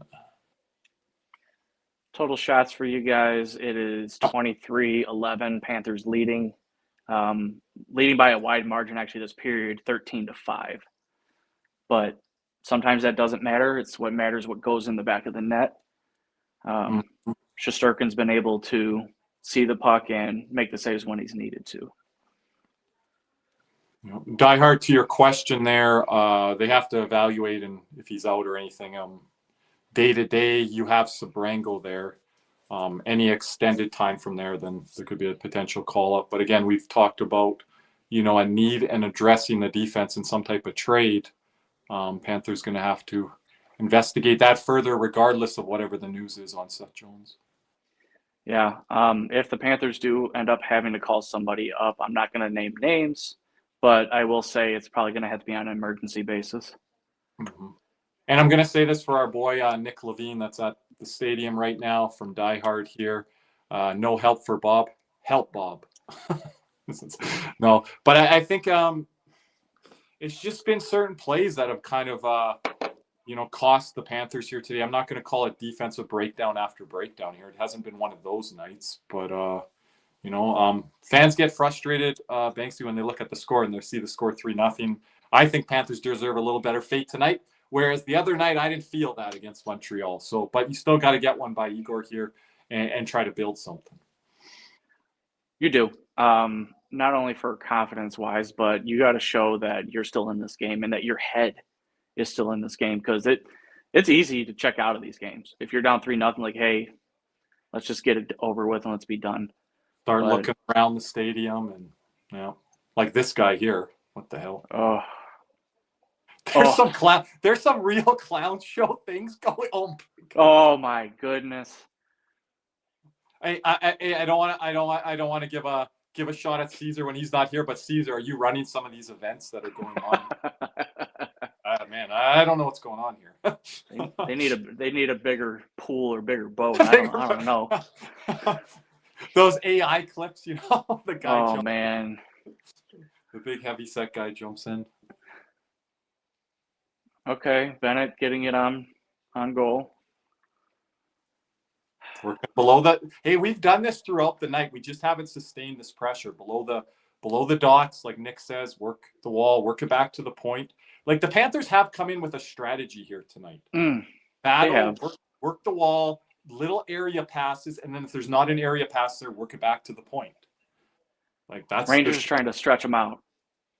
Yeah, the Rangers have been trying to stretch us out far more than we have with them, and I would say we've done like an adequate job of it. Yeah, it's Breadman is streaking. Tried to tie up Forsling. Yeah, when fans say, especially your chart boys out there, your analytics fans say faceoffs aren't important. This is an important faceoff. An extended shift for the Rangers. Win a draw here, get an ugly goal, go to the dressing room down 2. Well, let's put that magic in the air, Kirby. If it does, we're clipping. If not, it'll just go into the universe. We can put it into the abyss. That's fine. Yeah, there we go. And that's not a good start there. Rangers able to get it, maybe get a change. Maybe not. Ooh. Okay, I guess they'd let him have it. Petrie got back on that one quick. We got Petrie and Mikkel out here on that draw. Oof. Was that they called that icing? They did. Unless they're going to call it at center. Don't make me do the glasses thing. Come on. That's a pretty nice winter classic shirt. That kind of brings me back to the jet blue days of the Panthers. Can have some polarizing takes on that. Yep, mine is definitely polarizing. Not too much of a fan, neither was I. I had high hopes for those jet blues, like I did for the winter classics, but I digress. Yes. All right. Bob saw that one. 1:45 mark here remaining. Yep.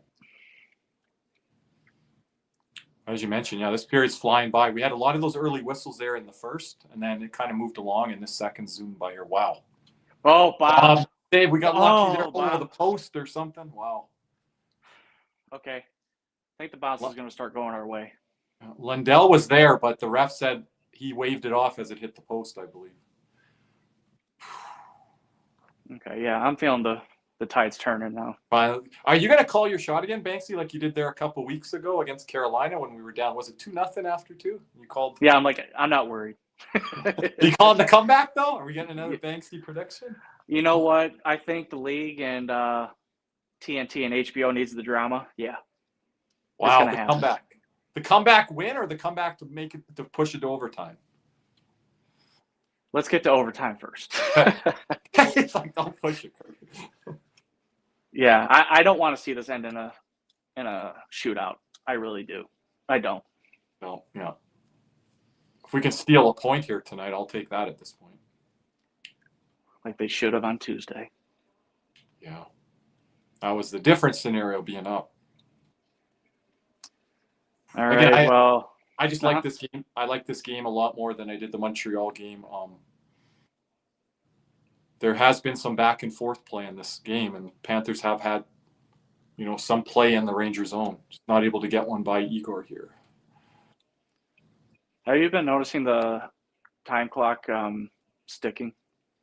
No, maybe you're looking at it a little closer than me, but yeah, right there it did. Yeah. Okay. Yeah, I got the same. Peaceful. And a second.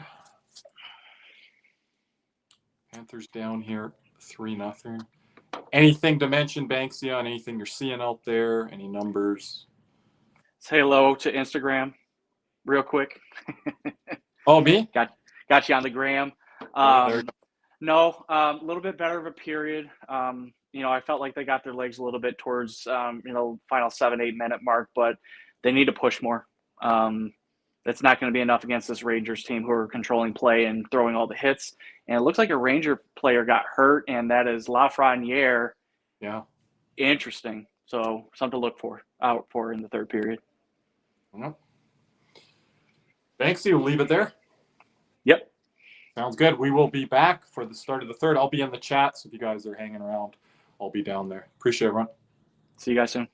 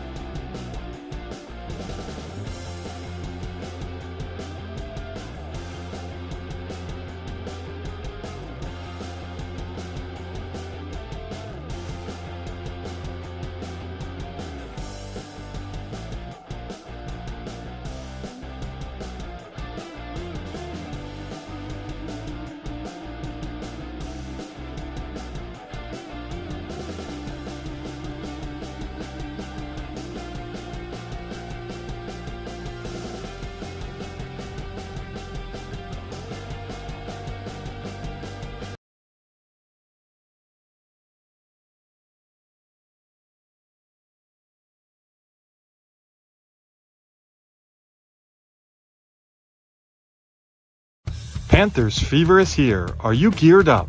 Caneswear in Davie is the place for all your Florida Panthers needs. They have the latest gear for our favorite NHL team. Jerseys, polos, t-shirts, hoodies, hats, and more. Caneswear has you covered. Stop by their store in Davie or at pantherswear.com. Again, that's pantherswear, WEAR.com for all your Panthers gear.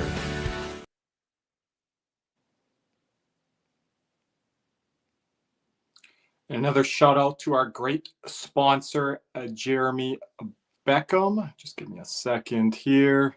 Hey, Panther fans in South Florida and need real estate help? Check out Jeremy Beckham with Next Home Treasure Coast. It's a boutique service with a personal touch. Jeremy and his team put humans over houses, working hard for you, whether you're buying or selling. Ready to move? Hit up BeckSellsFLA.com. Again, that's BeckSellsFLA.com or call 772-475-5371 now. You'll be glad you did. And you don't need to be in the South Florida area. You can be anywhere in the United States, even North America. Jeremy will help you out. So reach out to Jeremy again at BeckSellsFLA.com.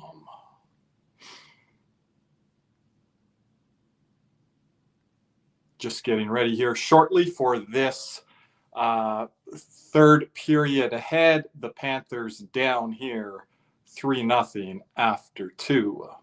Well, I'm starting a little bit early here. We do have a guest on stage, and maybe our luck will change. There he is. Hopefully, man. Thoughts? We've seen a lot of these kind of games, right, this year? Oh, I was asking Banksy that. I'm having a hard time placing what this game is like. You tell me. Yeah, Banksy mentioned the Anaheim game. I think Banksy is same register. Like there have been games where it's been legit. Wait, that, down there. Is that Jack? Yeah. Volume. Yeah, we need the volume for YouTube. I have nothing on. Banksy. Okay, whoever it is. Sorry. Yep. Okay, continue there, Jack. No, there's been games this year where it's just like, dude, the opponent has 12 shots on goal and it's 4-0. Like, I mean, this, I don't know what like the stats are like. I mean, dude, we're out shooting them 25-12 right now, and we're getting demolished.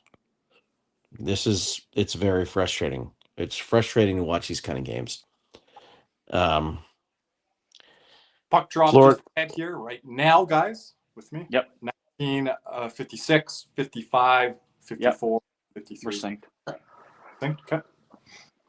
Good. Keep going. Go ahead there, Jack. I mean, I'd love to hear some, like, because my thing is, foibles happen and you have these kind of games, but it just seems like we've had too many of these games this year where it's just we've been outplaying the opponent, and for whatever reason, it just every ounce of puck luck goes their way. It's bizarre. It's truly bizarre. I don't even know how to rationalize it, because it's like we should be winning this game. I'm Some of the chances, yeah. I feel a little differently than you, Jack. I thought I would listen to the intermission show and Liam McGuire again. I don't know how much these hosts in Canada, in the United States, are actually watching our team. Right. I agree with Wayne Gretzky. This team's a veteran team. You got a goalie and Bob. You got good structure with Paul Maurice. You're going to be just fine if you're talking, getting into the playoffs. Now, you can't sustain more injuries here, Banksy, like we saw tonight with Seth Jones, but I think the narrative out there isn't really on par with this team. And I think as much as we've had injuries, I think we've had some consistency in our play, especially after that trip out west. I thought that trip was big. That trip doesn't go well against Dallas and Utah. We're in a lot of trouble here. Started to play a little bit better at home after those games against the Flyers and the Flames as well. So Is there anything that you guys can like intrinsically see about these specific types of games where you're going, there's no reason why we should be down multiple goals? Gustav Forsling and Aaron Ekblad. I know you don't want to hear that, Jack, but No. And by the 10 way, minutes earlier in the year. check my X. Yep. My Yep. last tweet was Forsling Ek, again. no, Ekblad needs to be better. Forsling tonight. yeah, And Forsling's been the worst out of both. I don't know if this is fatigue. I don't know if it's just Power play here. So, Jack, to answer your question, you said it actually either last night or on one of the other shows, but New York is stretching out the neutral zone, and they're just being able to pass the puck up. Like the Panthers have no answer, and they have no counterattack right now. and that's usually their strength is like controlling that center pocket of the ice. Do I you know you know what's been the issue this year? I'll tell you guys right now. It's those stretch plays. We always get scored on the stretch plays. And Well, that's why I said the Anaheim game I thought was worse because they were getting behind our defense for breakaways after breakaways. You know, that's when we're not at our best. Washington did that to us last year. They're a good team at doing that. That's when we're not at our best. Montreal worked us below the goal line there the other night. I think they did it more than New York has here tonight. Just need a goal here. Just need a goal. Please get a goal on the power play. And that's another thing. They just there you go, Reinhardt.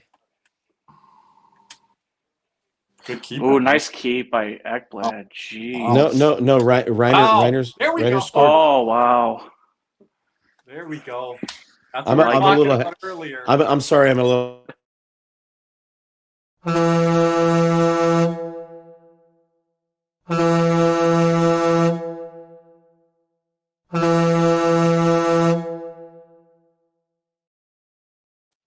And that's a Kirby W because I said Reinhardt would get the first goal for the Panthers. Hey, Hit but the you know, bell. also you said, hey, change the luck. Now I did say 4-2 Panthers. I didn't say 4-2 Rangers. So let's keep this going. Thanks. Hey, I'm just glad somebody put it actually on net and not over it. Yes. Jeez, like, or hit Timmy. What did you say? Hit Caesar in the 12th row? yeah, exactly. Poor Caesar. We haven't heard from him. Banksy, they called it the Merlot line in Boston here. Do you know about that? Yes. So it was the Merlot line were like perpetual guys that were just high and wide and just like those dudes that just always hit glass, like either the right or the left of the goaltender. And so it was always one of those things where, hey, you know, you want something to rim around the boards, bring out the Merlot line, you know. So I like our pressure right now. Like this looks a lot better. We're controlling the neutral zone already. But we'll see how much time we give New York. Because I don't like the amount of space, as you said in the first period, Kirby. It's just their stars are getting too much respect. Yeah, Panarin way too much. It's so this rush up the ice, that simple line like that Mackey just did.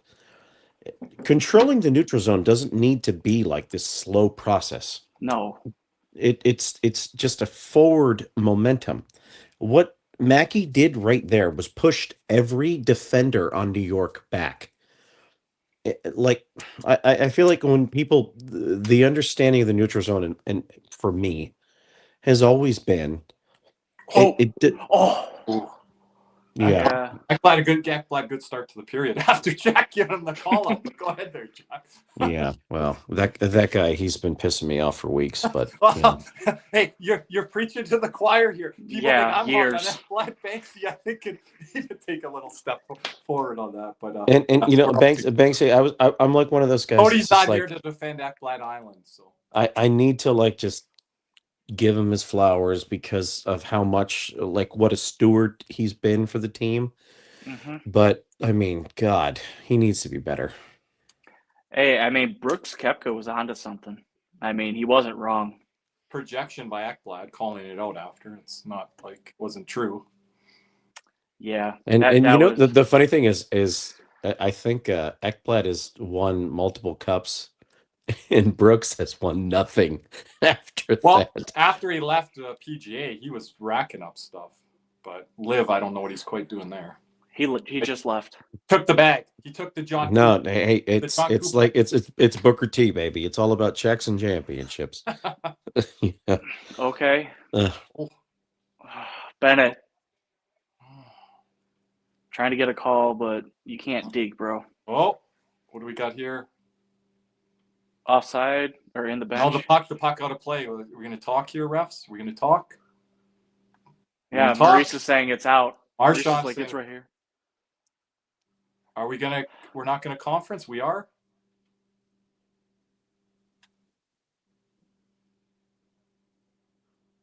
There you go. Get him, Maurice. Get him. Yeah, bring him over to the bench. Dude, that's a clear. So is this a power play? No, of course not. Okay. Oh, Did it go past the benches? it went over the benches. So they're not giving him a penalty, but yet, okay.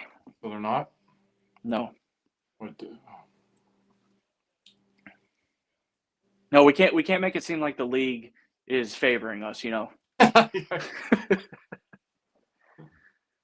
We'll move this along. We got dinner date in Miami. Yeah. At La Carreta. You tell us the spots, Jack. I love you dropping those spots yesterday on our Dude, members. La Carreta is the jam down there. Oh my You god. dropped the spots on our members only show yesterday with Hoobie back in the day in Uyghur. I posted a picture of Huberto today in that blue Lambo. Since the Panthers wanted to show all the guys coming up in style, I had to put the Hoobie. Oh. That What looked like time the Red stamp? Wings. What are you at, Banksy? Timestamp? 48, 47, 46. Yes. Good. Jack, are you about 10 seconds ahead? Behind. And now I'm at 37, 36, 35. Okay. We're at Yep. that. Yeah, we're Appreciate right it. on the same. Yeah, no, I paused and then It just helps replayed. with the replay and then the people in the chat as Yeah, well. definitely. I just wasn't sure if this was going to be a live stream where the feeds all started to go wonky and we had to Yeah, fast we all forward on 'cause- different feet. We're all on different everything. You know, I'll say this: out of all their runs to the Cups, the last 3 years, by far the best goaltender has been Shesterkin, that they played. without question. Yeah, without question. This guy's save percentage always been tight games. The best in the series, or just the best goalie? Just point The blank. the best goalie. I mean, this guy has kept this Ranger team in games.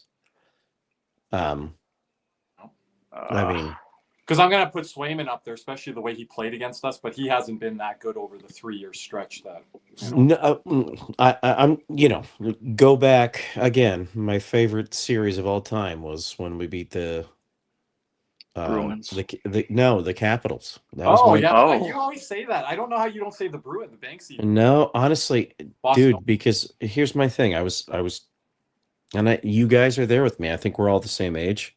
I was just looking for one. Yep. Just one series win. But Bruno drove me up a stinking wall. Well, I mean, and then wasn't that the Verhaeghe coming out party, like where he scored like 6 or 7 goals in that series? He scored the overtime game winner, and we won that series in 6. And that's the funny thing is. But Bruno couldn't figure the power play out. He was benching Brandon Montour. He put Uyghur down on the second, third pairing. He had Lomberg in the press box, and I'm like, get Lomberg out there. He scores a big goal in that series, if you remember. Well, I mean, there's so Bruno's. He couldn't break the 1-3-1 of Washington, the bottom seed team. He was more concerned about his golf cart. But Jack, I get you on that. It's hard because of how that series went and then what happened after. But I'm with you. No, and you know what happened after? Like, it just for me, it was just like, dude, just win one. I just want to see one. And so that was like so magnanimous for me because I I was here with my wife, and then she'd seen so much Bruins success, and when we beat Washington in the first round, and I'm jumping up and I'm like tearing up, and then she's like, "Babe, like, what did you win it? Like, what is going on?" And I'm like, "No, Crystal, you don't understand. Like, we finally won,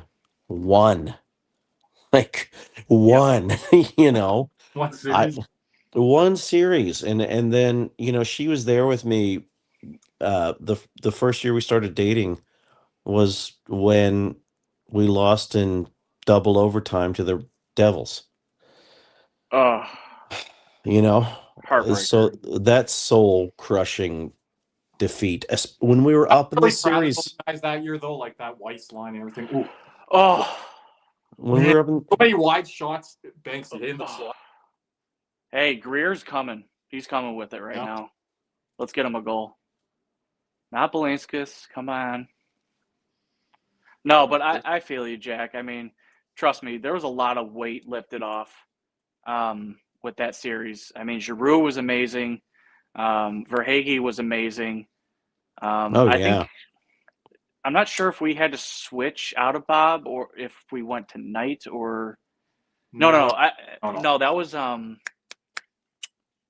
They switched goalies. They did. yeah, that's right. Off, was it? Yes.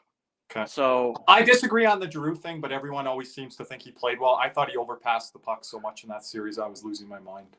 I honestly, Remember the power play? Giroux and Huberdeau playing patty cake. yeah, you know what it was? It was like, who wants to be more flashy kind of thing. Yeah. It was very bizarre. Like, we should have lost that series. We were goalpost away, and the way that we played on the road in that series was frightening. And even at home early on. Here we go. Oh, was he trying to put that on his stick or was he shooting? Petrie there. I don't know. Is he putting on the far side there? Yeah, he was trying to go like opposite. The game is here, right? Like, it's opening up, and it's yeah. Look at Petrie here. Oh man. Yep. Holy! What's the net? That's a penalty. Penalty. Yeah. Let's go, penalty, ref. Let's go. Thank you. Man, Petrie beasting. Petrie turning back the clock. Man, I think he's as old as we are right now, looking hot on skates right now. Get that man in the disco. I like this outdoor. What is it? 4 mile per hour wind in my hair. Who was our guy that like played forward and D? What was his name? Pisser. Mark Pisser. They called him like, well, but like there was like this. I think you're right. It was like Alberta boy. No, but it was like a vehicle name. The Prius. Prius. The Prius. Yeah. I loved him though. You know what? Hey, maybe we put Petrie on second line wing. Let's see. Let's see what happens. Let's just interrupt there for a second, gentlemen. Yep. Let's get some Goldie going here. Wow. That's for Jeff Petrie. Banksy, it's nice to like be in one of these and just like kind of hear your dialogue and talk. I've listened obviously a lot when you're on. I love your takes. Thank you, man. I learn a lot from the game. Obviously, last night I told everybody like I learn a lot perspective wise from everybody that's in this community.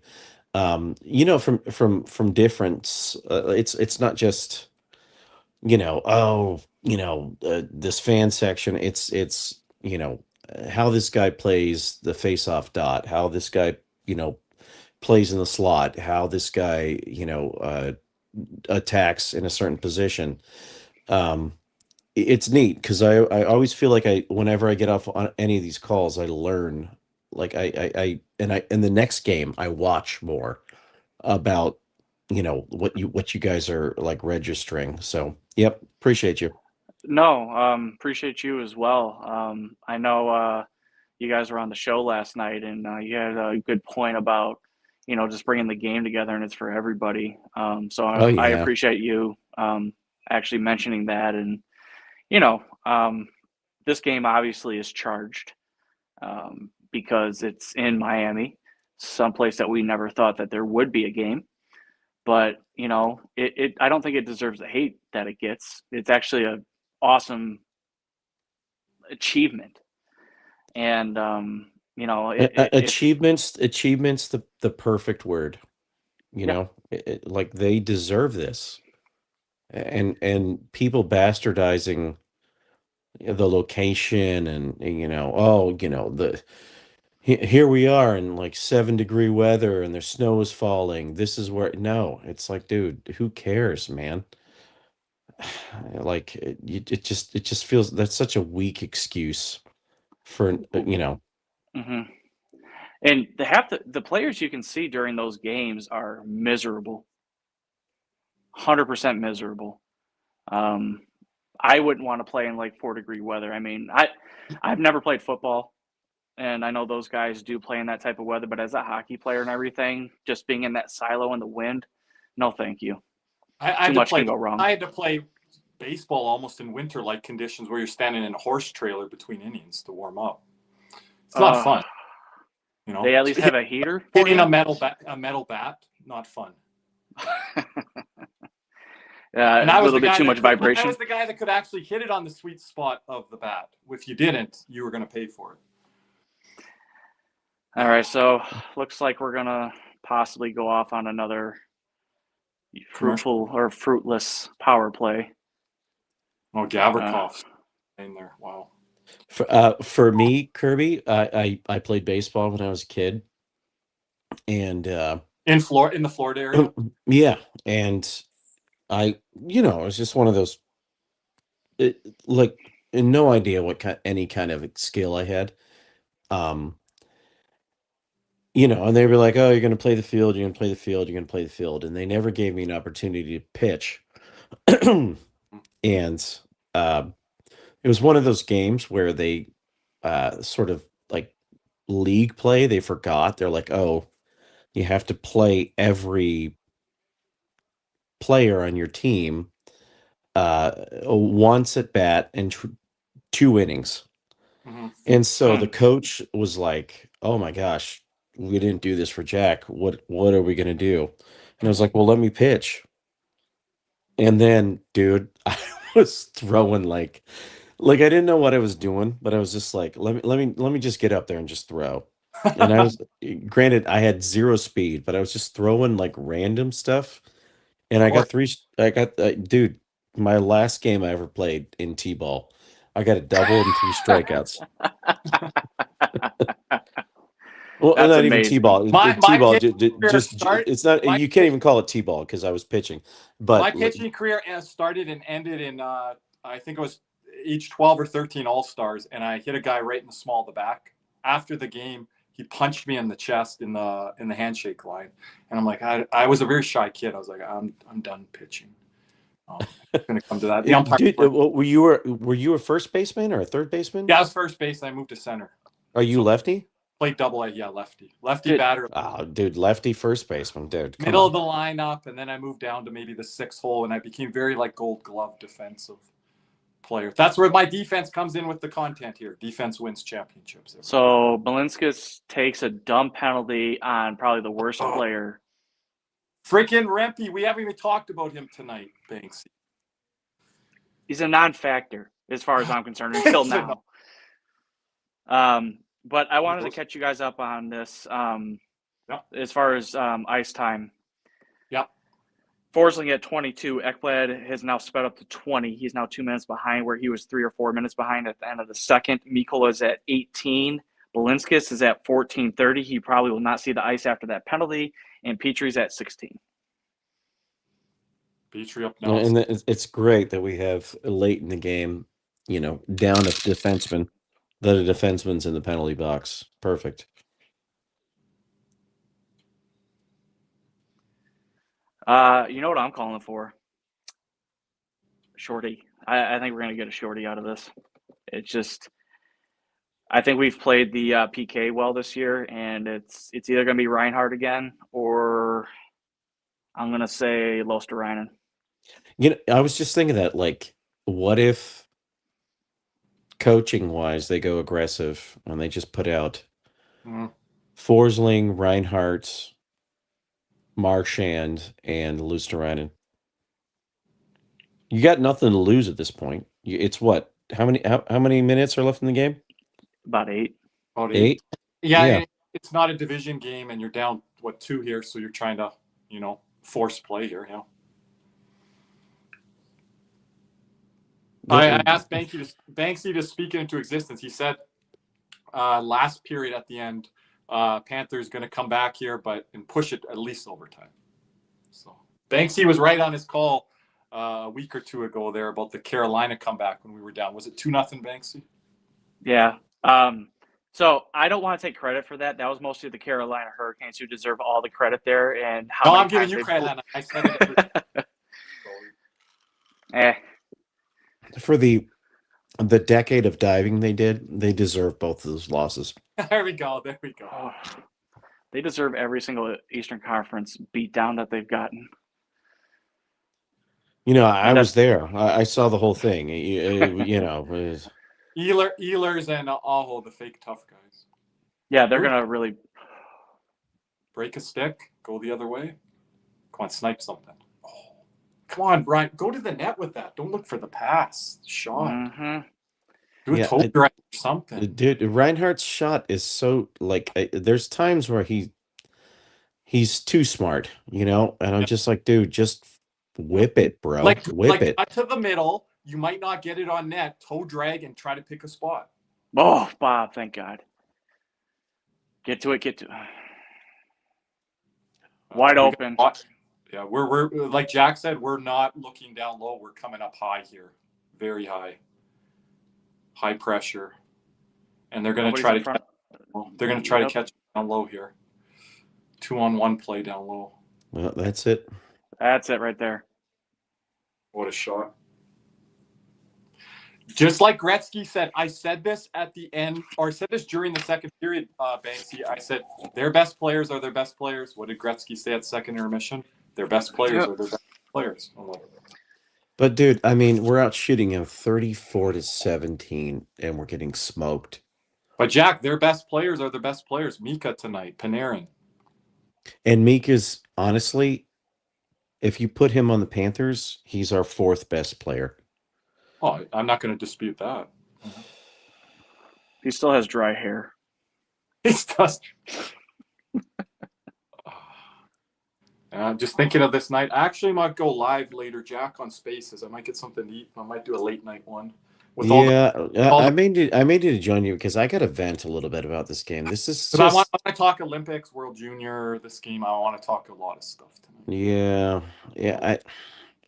You know what? Honestly, yes. Seth Jones, man, he leaves the game, and how much does he mean to this team? Yeah, dude, he's been our best defenseman this year. He's leading us from the back end. Petry's our best defenseman this game. Hit the bell. You know what? Honestly, maybe an embarrassing national. We don't need Bob. We don't need Bob Hurt. What's that, Jack? Maybe an embarrassing, national television thing is what this team needs. Well, they faced some of that this year against Tampa. No, but this Colorado humbled us. This is all eyes on you. Yeah. And this is all eyes are on the Battle of Florida, no matter if it's even a preseason game now, though, Jack. Yeah, but this is TNT national television. And broadcasted in Sportsnet nationally. See, right there, Jesus. How easy is that in a regular game at home to get that one pass up and then get it dumped in? Yep. And Jack, we got scored on that one goal because we didn't get it deep. Got knocked down there. The first goal? No, that's what I tweeted earlier. Ekblad had every opportunity just to, flip it deep. And he decided to do some nonsense neutral zone pass. When you go back and look at that play, every positive, major junior midget coaching, like, do this. And he just decides to just throw it into an area where a guy could clearly, like, come up and play the puck. The second goal should have never happened. If Ekblad just flips it deep, like I know we can do, like he did in the playoffs multiple times last year and the prior year, the second goal doesn't happen. It's just like these brain farts that are going on with him, especially, have been so frustrating. Because I know, like, look, he's lost step. I get it. It's fine. But intelligent players still know where to put the puck. And he's playing like an idiot, which is not helping his defensive partner either. The IQ of the game from the defense, because I think our system and scheme is really good with Paul Maurice. It's the guys back there individually and then furthermore collectively have to be making the right reads and making those right IQ. But they get bailed out far too often. I mean, are you guys seeing the same thing? Barkov, they get bailed out far too often. Well, because you know what? Barkov is, again, we've talked about this, and I think, Banks, you've heard me talk about this. This spatial possession that Barkov does. Like, it's like Zdeno Chara, He has this radius of like 10 feet where nothing happens without his dictation. Mm-hmm. Barkov has that same kind of thing, but in a different way, because he controls that, from one end of the ice to the other. God, it's just, you miss that footprint so much, and you realize like how much this guy is missed. And like, this team goes from like middling to like championship level without him on the ice. It's crazy. Yeah, when you talk the win-loss category, of course it hurts not having Matthew Tkachuk there. He adds energy and he adds, he fought, like we say, Cody, Nick, and I. Tkachuk falls into those 3-4 point nights in his sleep, and we're missing some of that now. But just what Barkov does to your team, from a strategic standpoint and a scheme standpoint, Forsley and Ekblad, guys like that, they're lost out there. I think, dude, Maurice has recognized, hey, this team's got to win games differently, Yeah, we have this year. I'm glad that it's not like the one game after another rolls into that. So that's the coaching staff doing a pretty good job this year. Give them a B+, A-, A, whatever you want. I think they've done a good job. Oh. We've been around that area, Banksy, all around that home plate area, we can call it. Yep. Because it's not bodies in front, like you mentioned, Banksy. No. But I mean, I think what's frustrating about this is, like, I think what we talked about last night, Kirby, was, God, the haters are just going to come out. It's fine. No. And my thing is, number one, I don't care. The Knicks words last night. We're the champs. You can't let the haters bother you. No. We're not just the champs. We're the two-time champs. What a save! Oh, that was it. That's my type of save out there on the street hockey days there, Jack. Man, what a save! And a terrible back pass by who? Who was that? Was that Lost-Oranen? I think they bumped him down. Yeah, there's some line joke. That's better be a penalty. And then he got cross-checked in the back. Was that Mackey there, you mean, on that play, Banksy? No, I think that was Greer. Because Mackey was in there. Both of them? So, oh gosh, what a save. Ooh. Look at that flexibility. Oh, my God. Is he square there? Oh, my God. No, that's a clear penalty, dude. Wow. Yeah. You kidding me? Come on. That's gonna go they didn't call it? They did. Oh, they did. They did, Jack. I didn't. I was see about to say, hold up. Hold up. I'm gonna say, it's about Right? to be Jack's Do you show. do you guys do pull the goalie right now? Oh, Yeah. don't get me Yes. on that, Jack. I got people in our community. Kirby. Yep. Yes. Really like No, the goalie they pulled pull, him. They but pulled him. They Paul pulled Maurice him. Paul Maurice does it too early, and I don't like it. I hear that all the time, Jack. You're I'm down like, 4. You're you down lose 4-1. the game because you pull your goalie. The game was lost before that point. Everyone relax in the post-game show, but fans go off on it. They love that. So the one thing I have about it is I Yep. would pull him, but win the damn face-off and then pull him. Okay. But some fans don't like it when it's 250 or 3.5. I don't care some nights. Like some nights, Banks, we got nothing going, right? So Listen, my have they heard my of Mike response. Keenan? Like, he pulled the My- goalie in the second period and leave him out because he didn't want him back in the net. My response to that is, fine. Then put, like your roamer, right, back and like put him around like center ice, and then if you win, you immediately skate him in because you're not going to miss anything. Yeah, that's fine. No. Oh wow, bumper! We're getting the bumper play. Just Come on. This has Move to it. go. move it. Shesterkin's just. Oh, that's a goal. There we go. Oh, Yes.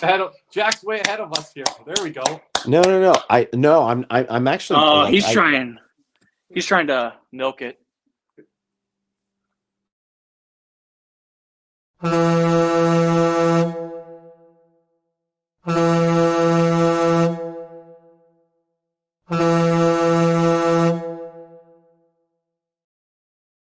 No, so right no, I don't think I'm ahead of you guys. I just was like, yep, that's it. They're gonna score. Like that was me, Just and then call- they netted it. Yeah. Well, on the stream, it's like if you're ahead, but yeah, that's Is that Reinhardt Um, again, or is Reinhardt it? again. So where are you guys right now? So I'm just watching the We'll ref. So we do and- the timestamp off the face-off. That probably. Oh, is that's a good. kick. That's not going to be a goal, guys. He Not a kicked goal? that.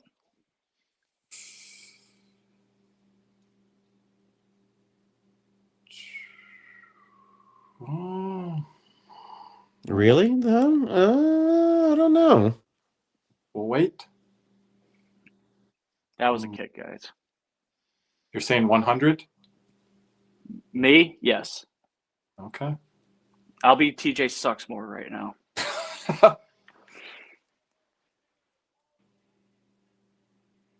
Are Yep, there no goal. no challenge? Nothing? Okay. Man, the Ranger fans out in droves here tonight. Everyone coming back on the bright line or leaving the stadium tonight. I would like to see that again because I'm sort of like. I think Panther Was- fans will be mad, Jack, after the Montreal the other night in New York tonight. They're going to have enough. Man, this is what happens during the holiday season. Montreal and New York in town. Hey, they Well, bring in money. What, We needed- whatever happens here tonight will not mask any of why Florida should have won the game against like that Montreal game was like just Don't get me going on that again. garbage water. I mean, And to the empty net. Oh, No icing with the Panthers. With the ticker working on the power play, 35 seconds to go. it only took him Yep. 2 fucking periods. Jesus, like you would Yeah. think in the production meeting. Yeah. Who's going to run the ticker for us? Check everything. No, we're worrying about the other stuff, off the ice stuff. Don't worry Got about to make that. sure Darren Pang's got a swimming pool, The budget went there. and he's getting dunked by a couple of ladies in bikinis. Okay, God, do yeah, not give that him. Fuck, that's it. Uh-oh, Banksy. Miko with the dry fucking hair, man. Man. And I am and not by a the way, fan of him. this Rangers team is bad. They are. No, they are bad at home. But did you guys see their road numbers? Yeah, they're the best team in the NHL, I think. Like second here, fourth there, but on the home ice, oh my, it's a train wreck. And they are leaving Lone Depot Park. That's fine, 5-1. I can't wait to see what like the online is going to say about all this because it's just People it's not in tonight in transit for the first time since '98. It's not reflective of Area going back to I would love to see like the analytics of expected goals, because Florida probably should have won this like 6-2. there's a hat that didn't make the ice. I don't know if we want to get into the deserve to win a meter, but again, I did like the effort tonight by Florida. This wasn't a dog water game. You just, those 2 power plays early, you don't convert, and we've talked about the power play not being on point for the Panthers this year. I think that played into it a bit, and then the Rangers were opportunistic, Banksy on their. But I don't understand why this has been going on for a couple years now. I don't understand why. I get it. Maurice is like very sort of loyal to his staff, but our power play is just, it's not doing it. For as many chances as they get, and to be in the like latter third in the league in power play percentage, dude, you gotta look at your boy and say, hey, dude, you're not cutting it. We got to have a different mentality here. For as many without Kachuk. They're perennially drawing like top 5 power play opportunities, and they just never take advantage of it. It's losing them games. Granted, we've won 2 cups, so like, what am I going to complain about? But in a season like this, where they're still drawing the most penalties, and you gotta like take these, you gotta absorb it, especially given all the injuries. Mm-hmm. And then that you've sucked the last couple seasons on the power play. Final score 5-1. We will transition right from here to our post game. Keep going there, Jack. The power play's got to be better. I don't know else. I mean, it's just, we got a little bit of sauce there for a minute with Reinhardt and the bumper, and just pass, boom, score. And they thought that they could just thrive off that. And then, the league got wise to that, and they've taken away. Snowing again. That damn snow. Yeah. So, Corsi 4 for the Panthers. Period 1, 64. Period 2, 65, almost 66. And period 3, 65. For a total of 65. That is, to me, that's a winning hockey game for the Panthers with their chances, but they just couldn't bury them, or they were shooting it towards Caesar's section or row 12. But yeah, I mean, on those what were our high danger chances? You got any of those numbers? We had enough, but you got to. We had a lot. No. Yeah, I know. Jameson loves to tweet that, but if I think we had enough probably tonight to be able to. So I'm looking at the heat map right now. Yep. We had over 7 opportunities from the circle in. What was that number? We had about 7 danger chances from the circles in on goal. That's more than Carolina gets in an Eastern Conference final game. So Shesterkin was Shesterkin. Yeah, there was a couple of saves, especially in the third when the Panthers started to get that secondary push, that third push of the game. Panthers had 3-4 pushes here tonight, Banksy. Yep, they did. They just, again, they didn't convert on them. Final thought on Uvis Malinkis and having 17 minutes of playing time. A little bit higher than I thought he was going to get to. Did you guys, other than the empty net goal, think that any of those goals were on Bob? I'm trying to think of each one. Not the one from far out. Verhaeghe's in front. There's a lot of traffic there. I can't blame him. Yeah, that was Panarin's. Yeah, the 2-on-1 one, the Mika one, I can't.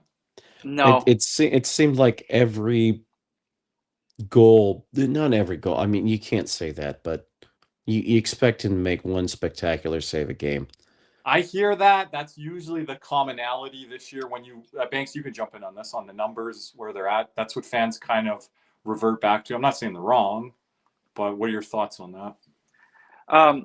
So I think what is expected is, yeah, I mean, you got to bail your team out. It's when the save happens, right? Yeah. It's not so much that it's a huge save. Like he might just be able to do, throw out a leg and make it a leg save or pad save, but it's when that happens. And I think that's why people get on Bob is when he has to make a save, when it matters, he doesn't, or it seems like he lets in more during those times than not. The polar opposite being it doesn't help his case is in the playoffs he does like the extreme other way. Yep. What the hell did they give Zibanejad? They gave him a hot cocoa award. Is this like this like a Beetlejuice hand? What is this? I think that's hot chocolate, bro. Hot chocolate. I had a hot chocolate today. It wasn't too cold here. About a balmy, I don't know, 45 degrees Fahrenheit, 40. It was really. How's it colder here than? We're going through a Chinook right now in Calgary. We get that Chinook, that warm air comes through. Okay. For the next 10, 14 days. But then, Banks, you might be back into the minus 10 Fahrenheit area. I don't know. All right, I'll come visit you. It's warm. You can come through when it's warm enough. No, but Banksy, I can continue though, because I mean, I like to learn. I don't just want to be an ignorant fan and just go, hey. So they should have won. Like they should have won. Here's the doomers in the chat. Here's the doomers in the chat. IDK. But I still feel like this team's going to make the playoffs. But from your perspective, over the last handful of weeks, I feel like we're trending in a better direction. We're playing more, like sophisticated, more Maurice style hockey, even though we need to at times get a little more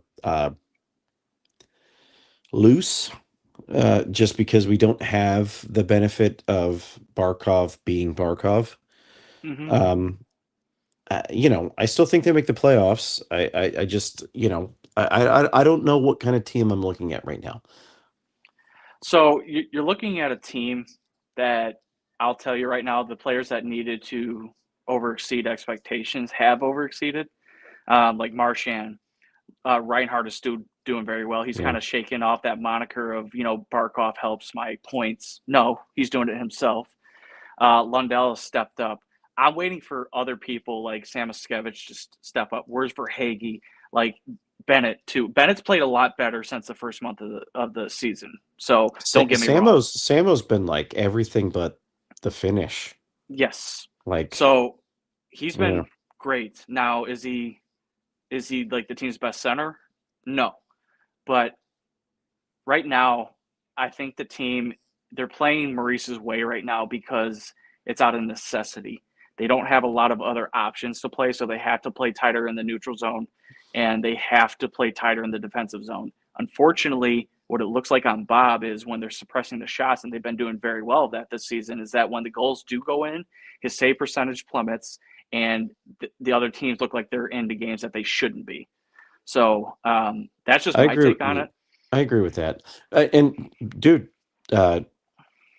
case in point tonight. I think they, Shesterkin was amazing, and every high danger chance that the Rangers had went in the net tonight. That's not always going to happen. It's again, I need to my thing is just like, I'm always waiting for the shoe to drop because I'm an old school Panther fan. Yep. And I'm just going, okay, all right. We've been in the king of the castle for 2 years now. Are we going back? When's the regression going to happen? And I need to remind myself I can't do that with this team, because there's times in my mind mentally would be down 2-0 and I'm like, oh, the game's over. And then we end up winning. That wasn't the case tonight. but as I think as a collective as Panther fans, it's like, especially old school Panther fans, it's like Mhm. this is a different breed. Tonight does not matter. Move No, on, shake it off. You know, exactly. you were the better team. It just you had nothing go your way tonight. And with the standings the way they are, they can win a game. The next 2 games, they'll be in a playoff spot. So Yeah. it's everybody's going to overblow this game. While we talked about it being important right now in the standings, overall in the big scheme of things, it might not matter at all. So that's what the Panthers need to do as far as thinking wise or mentally, and then go into the next game, hopefully against Colorado. I don't even want to talk about that right now. And have a better game plan and be more collective and just kind of shake this game off, because the one thing about this team is that they've always kind of forgotten, or they've always gotten back to their identity when things like this happen. So not worried about that at all. I'm so looking forward to that Colorado game because Nick's not. If that's the return of Matthew Tkachuk, that might be worse than throwing him out there tonight. I'm just going to add that. no, you know why though? I always feel like there's these teams that it happened to Florida too. That they are just like, man, this wagon, this freight train, right?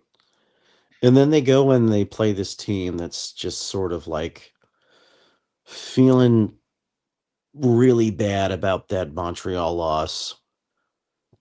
You know, not necessarily feeling embarrassed tonight, but knowing that 5-1 wasn't indicative of the final score tonight. And then they're just going to like just murder them. It's the optics. I just want to add to Yup's point here. You've got the wrong New York goalie.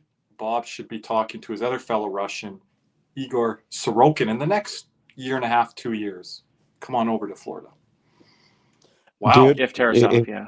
If he came down to Florida, hold on here, gentlemen. I'm trying to get this in the chat here. Do we have a breaking? Jose, Joe, thank you so much, man. Appreciate it. Wow.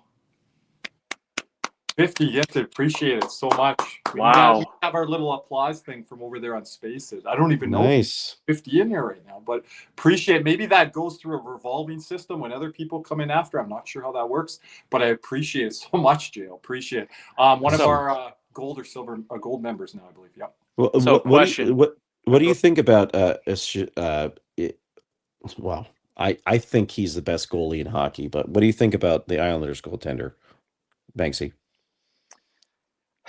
I think it has, and I really hate saying this. I think it has to do a lot with the system that's in front of him. Like, he was part of defensive systems with the Lou Lamoriello outfit and everything, and he was not at his best. He was great, don't get me wrong. But now that Wah is actually calling the shots for the team itself, he's in another level, and he's playing at another level. So let's say he does become a free agent. But Wah also leaned on his dude that he knew and took him out at the same time. So so this is it's just mind games. Like I don't know Wah as a coach, but well, I mean, you've seen it. He's a fiery type, but he's a perfectionist. If you've ever seen any special with him in it, I remember watching the Detroit and Colorado like rivalry series that they had. I think he was in, I don't know if it was Colorado or when he was in Montreal, but I think he got scored on with a broken stick and people were giving him a bunch of shit. Next day in practice, he broke his stick and said, I'm going to practice with just this today. And he let in maybe one goal all practice. He's like, okay, I'm done with that. I can do that. He was always very big on, okay, this is what you think of me? Then let me show you, and then him leaving Montreal, with the, oh, I finally made a save. And then, yeah, I mean, but here's the thing, like goalies for me, the elite ones, you're either like super prideful, I'm the best in the world, there's nothing that you can touch, or they're like, sitting there like reading 1984 in their mind, like, oh my God, like in like this, there's this introspective sort of like, yoga mentality, and I'm like, you can never ever, you know, beat me up. And then the second that anything like faulty goes on, it's just swept under the rug.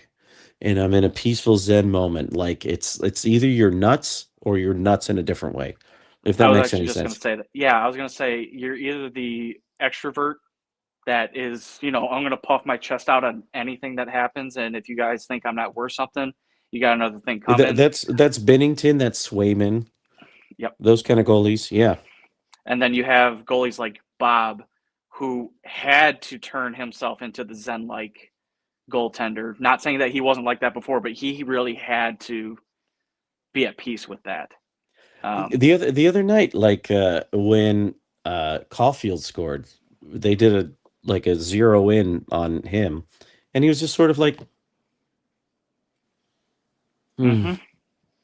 Like, listen, it's yep, one game. It's one goal. just another day, like. But I do think his mentality does change during the playoffs. How so? Why do you think How that? so? Why do you think that is? If you see, I don't see as big a difference from the regular season as playoffs as other fans do, but a lot of fans do. I might be in the minority. I think his setup or how he gets ready, his preparation is the same. I think he adds a little bit something. It's very regimented during the correct team, same schedule. Yes, but I think he locks in more. I think it's just a mental thing for him. Like, hey, the regular season is 82 games. I don't need to be 100% on all the time. The team's going to pick me up. Playoffs, I may only have 4 games to even make a mark or even try to win a series. So I need to be the best that I can. And he gets that fire because the last 3 postseasons, I know some of the stats don't say that, he's been arguably the best goaltender. I thought our second cup run, he was better than the first. And people go, well, the stats won't agree with that, etc. I mean, granted, they're going to go back to 2023 was his best. Yes, 100%. The year we lost. Yeah. As soon as we got out of Boston. For Vegas, he only turned human from superhuman superhero. Well, I mean, granted, nobody was beating that Vegas team. I mean, they were monsters. Hey, I thought we were. As soon as Stahl scored that shorthanded goal, I'm like, oh, we're going to do this. And then reality finally sank in. My parents were here at the house with the kids, and like they came up to visit us, and Stahl scored, and I'm like yelling every expletive at the television. And then my parents are looking at me, and I'm like, you raised me, and you know how much I love this team, so shut up and get out of my face. And then, obviously they lost that game. So it's like, I was like, you need to go back to your hotel, mom and dad, please. You're getting the Uber. Yeah, you're getting the Uber tonight. Jack's not driving you home. But I honestly, I think you're right, Banksy. Like he has this sort of like a shooter's mentality, right? It's like, and that's the opposite way to sort of say it, but that this last cup run, man, it's like, when like in basketball, when you need that clutch 3, yep, when you need that clutch save, he made it every single time. Every single time. And that's where I think, in Kirby, I know you're saying like there's not a whole lot of difference between him. I'm just in the chat. Yeah, so I think the fact that Bob is making those saves when he has to is a world of difference than what he's doing in the regular season when he's not making those saves. Again, it's timeliness. It's like in baseball too. You get timely hitting, you're more than likely going to win the game, more often than not. Well, my counter to that is, why do some of our defense, namely Forsling and Ekblad, play better or cleaner in the playoffs than they do in the regular season? I think the guys are leaving it out to dry a lot in the regular season. We allowed 123 breakaways 2 years ago there. I think the year we won the first cup. We were leading the league in breakaways allowed in Maurice's system. Mm-hmm. So that's greed. You know, their mindset not being locked in either, Banksy. On the But I think they've always sort of, the system has been to have their defenseman pitch a little bit. Like, yeah. But he leaves it up to the defenseman to decide that. Why are we giving up way more in the regular season versus in the playoffs when we're playing beasts in the playoffs and really strong competition? Well, Kirby, can I say this? Yeah. Our finishing in the playoffs has been elite. It's never like off the turnover.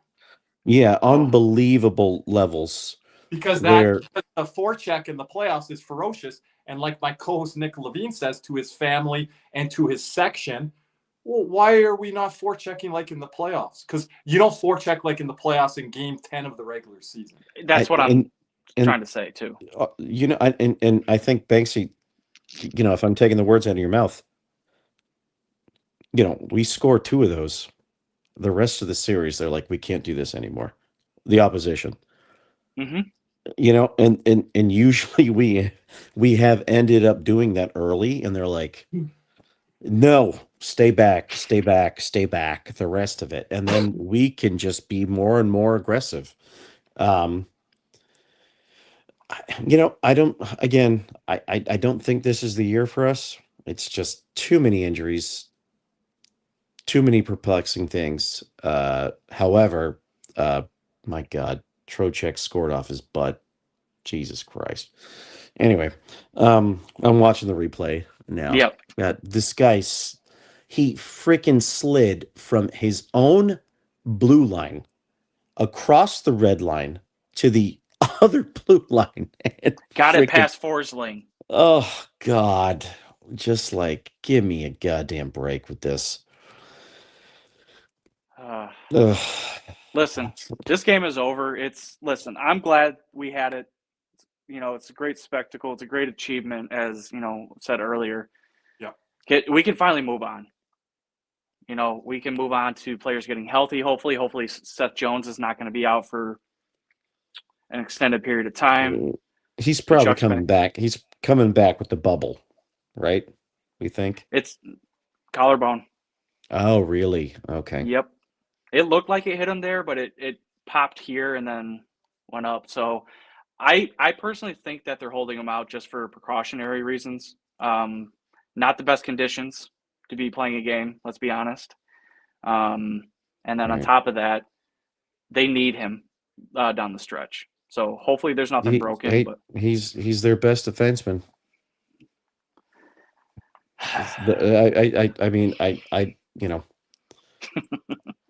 He's their best defenseman right now. So. Oh, they didn't jump us. Okay, so we're still a point out.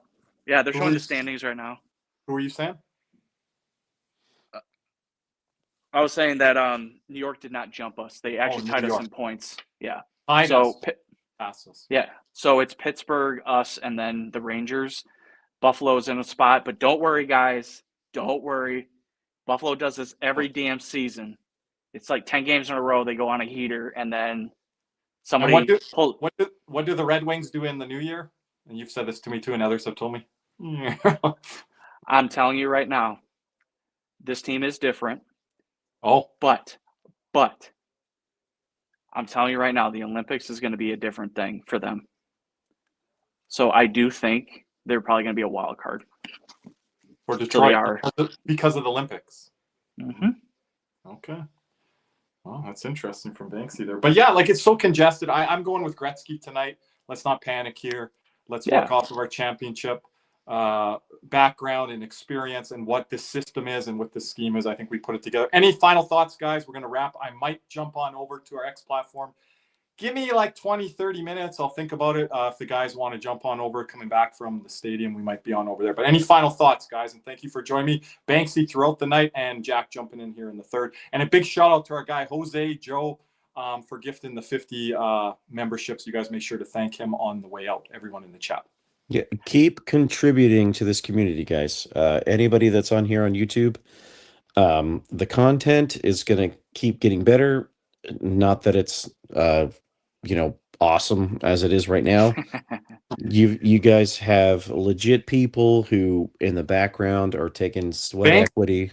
Joining us all the time here. Yeah, the sweat equity, time out of their days, making background phone calls. Hey, how can we make this better? How can we make this better? I said it last night on the members only. This community needs to grow. This team is, we're as long as this ownership is here, we're not going to be bad. So expect more success from this franchise. I'm thinking a couple more cups in the next 5 years. I'm telling you that. People think I'm crazy. I think they win 2 more cups in the next 5 years. Anyway, No. No, No, you're not crazy. Not from Okay. my community. Not from the Cats community. I don't know, from your community and being here, Banksy. I don't think that's. and no, No. but guys like you, Banksy, Kirby gushes about the professionalism, your content, your availability, and Kirby, honestly, never met you in person, but I consider you a close friend. Yep. So I thank you for everything you do, and just keep contributing to this community. Guys, call in, join on X. Yep. Get We're on gonna have call in Spaces. here. We did with the members only. We're gonna try to do that on post games when we get some things set up. This is fun. This is a great community. Just keep contributing. Yep. Appreciate That's all. That's all I got. Banksy, any final words? No, Jack, thanks for coming on, and I really do appreciate it. I do this out of pure fun. I would like I that don't- Banksy more, but he's like, hey, I like what I do enough, and that's enough. And I'm like, Yeah. I want I've something been like asked- like a Banksy's Banks, where you're talking all analytics stuff. Like take it to the Banksy. And Oh, like man. and you do your like once a month analytical stuff. I would love to learn. He's on the Locked On Panthers podcast network once a week, right? Yeah. Yeah. So it's funny. You're reminding me of a house that I had when I was getting out of high school that we called it the bank. I'll have to share that for another story for another time. But no, I appreciate it. It's awesome to see that Panther fans are coming together, and I want all Panther fans to come together because I know right now, with a lot of the things that are being said about this game, about the event and everything, there doesn't need to be a back and forth. We know what we have. We know that it's special and that it's special to us, especially us OGs or old timers, because we've been through the dark times and the worst of the worst. So as you said earlier, you were waiting for the other shoe to drop. It's going to drop, but I don't think it's going to be as bad as we think. But no, Curry, as always, thanks for having me on. I look forward to the next one. I know we're thinking about doing Olympics. I may have to postpone that for myself, and I might have to do trade deadline stuff. But either way, we'll be here for stuff too on different nights, post game or live. Yeah. So, but I'm going to echo Jack's statement before we go. Start contributing to this community. We're all on the same team. It doesn't matter what content you're putting out. Just we need to support each other. We need to support this franchise and make sure that we all stick together. So, again, Jack, Kirby, thank you. Appreciate Absolutely. it. As always, Jack, as well. Banksy's perfect fit on these live streams and these post-game shows. And like you mentioned, trade deadline stuff. We got that stuff up on the channel. Me and Nick were watching the Seth Jones trade reaction show yesterday and going through all the comments then. Those are great. So while we put them up on the screen here, the comments tonight, whether they're good or not, I know whether agree or not, we're going to put them up on the screen. Always can come back to them at a later date and things like that. But appreciate you, gentlemen. We will be back for more Panthers coverage on post-game shows here on the YouTube X channel platform. Make sure to check out the Canada show that we put out this weekend. Waiting on Cody to maybe get some USA stuff done with the roster announcement here today. So make sure to check in on our Olympic coverage, and we're going to be here for all the Florida Panthers stuff as well. And as we always say on the way out, let's go Cats. What's up, Cats and Rats fans? If you enjoyed that video, be sure to hit the like and subscribe button before you head out. If you're listening to us on Apple and Spotify, make sure you leave us a 5-star review. And just like always, let's go Cats!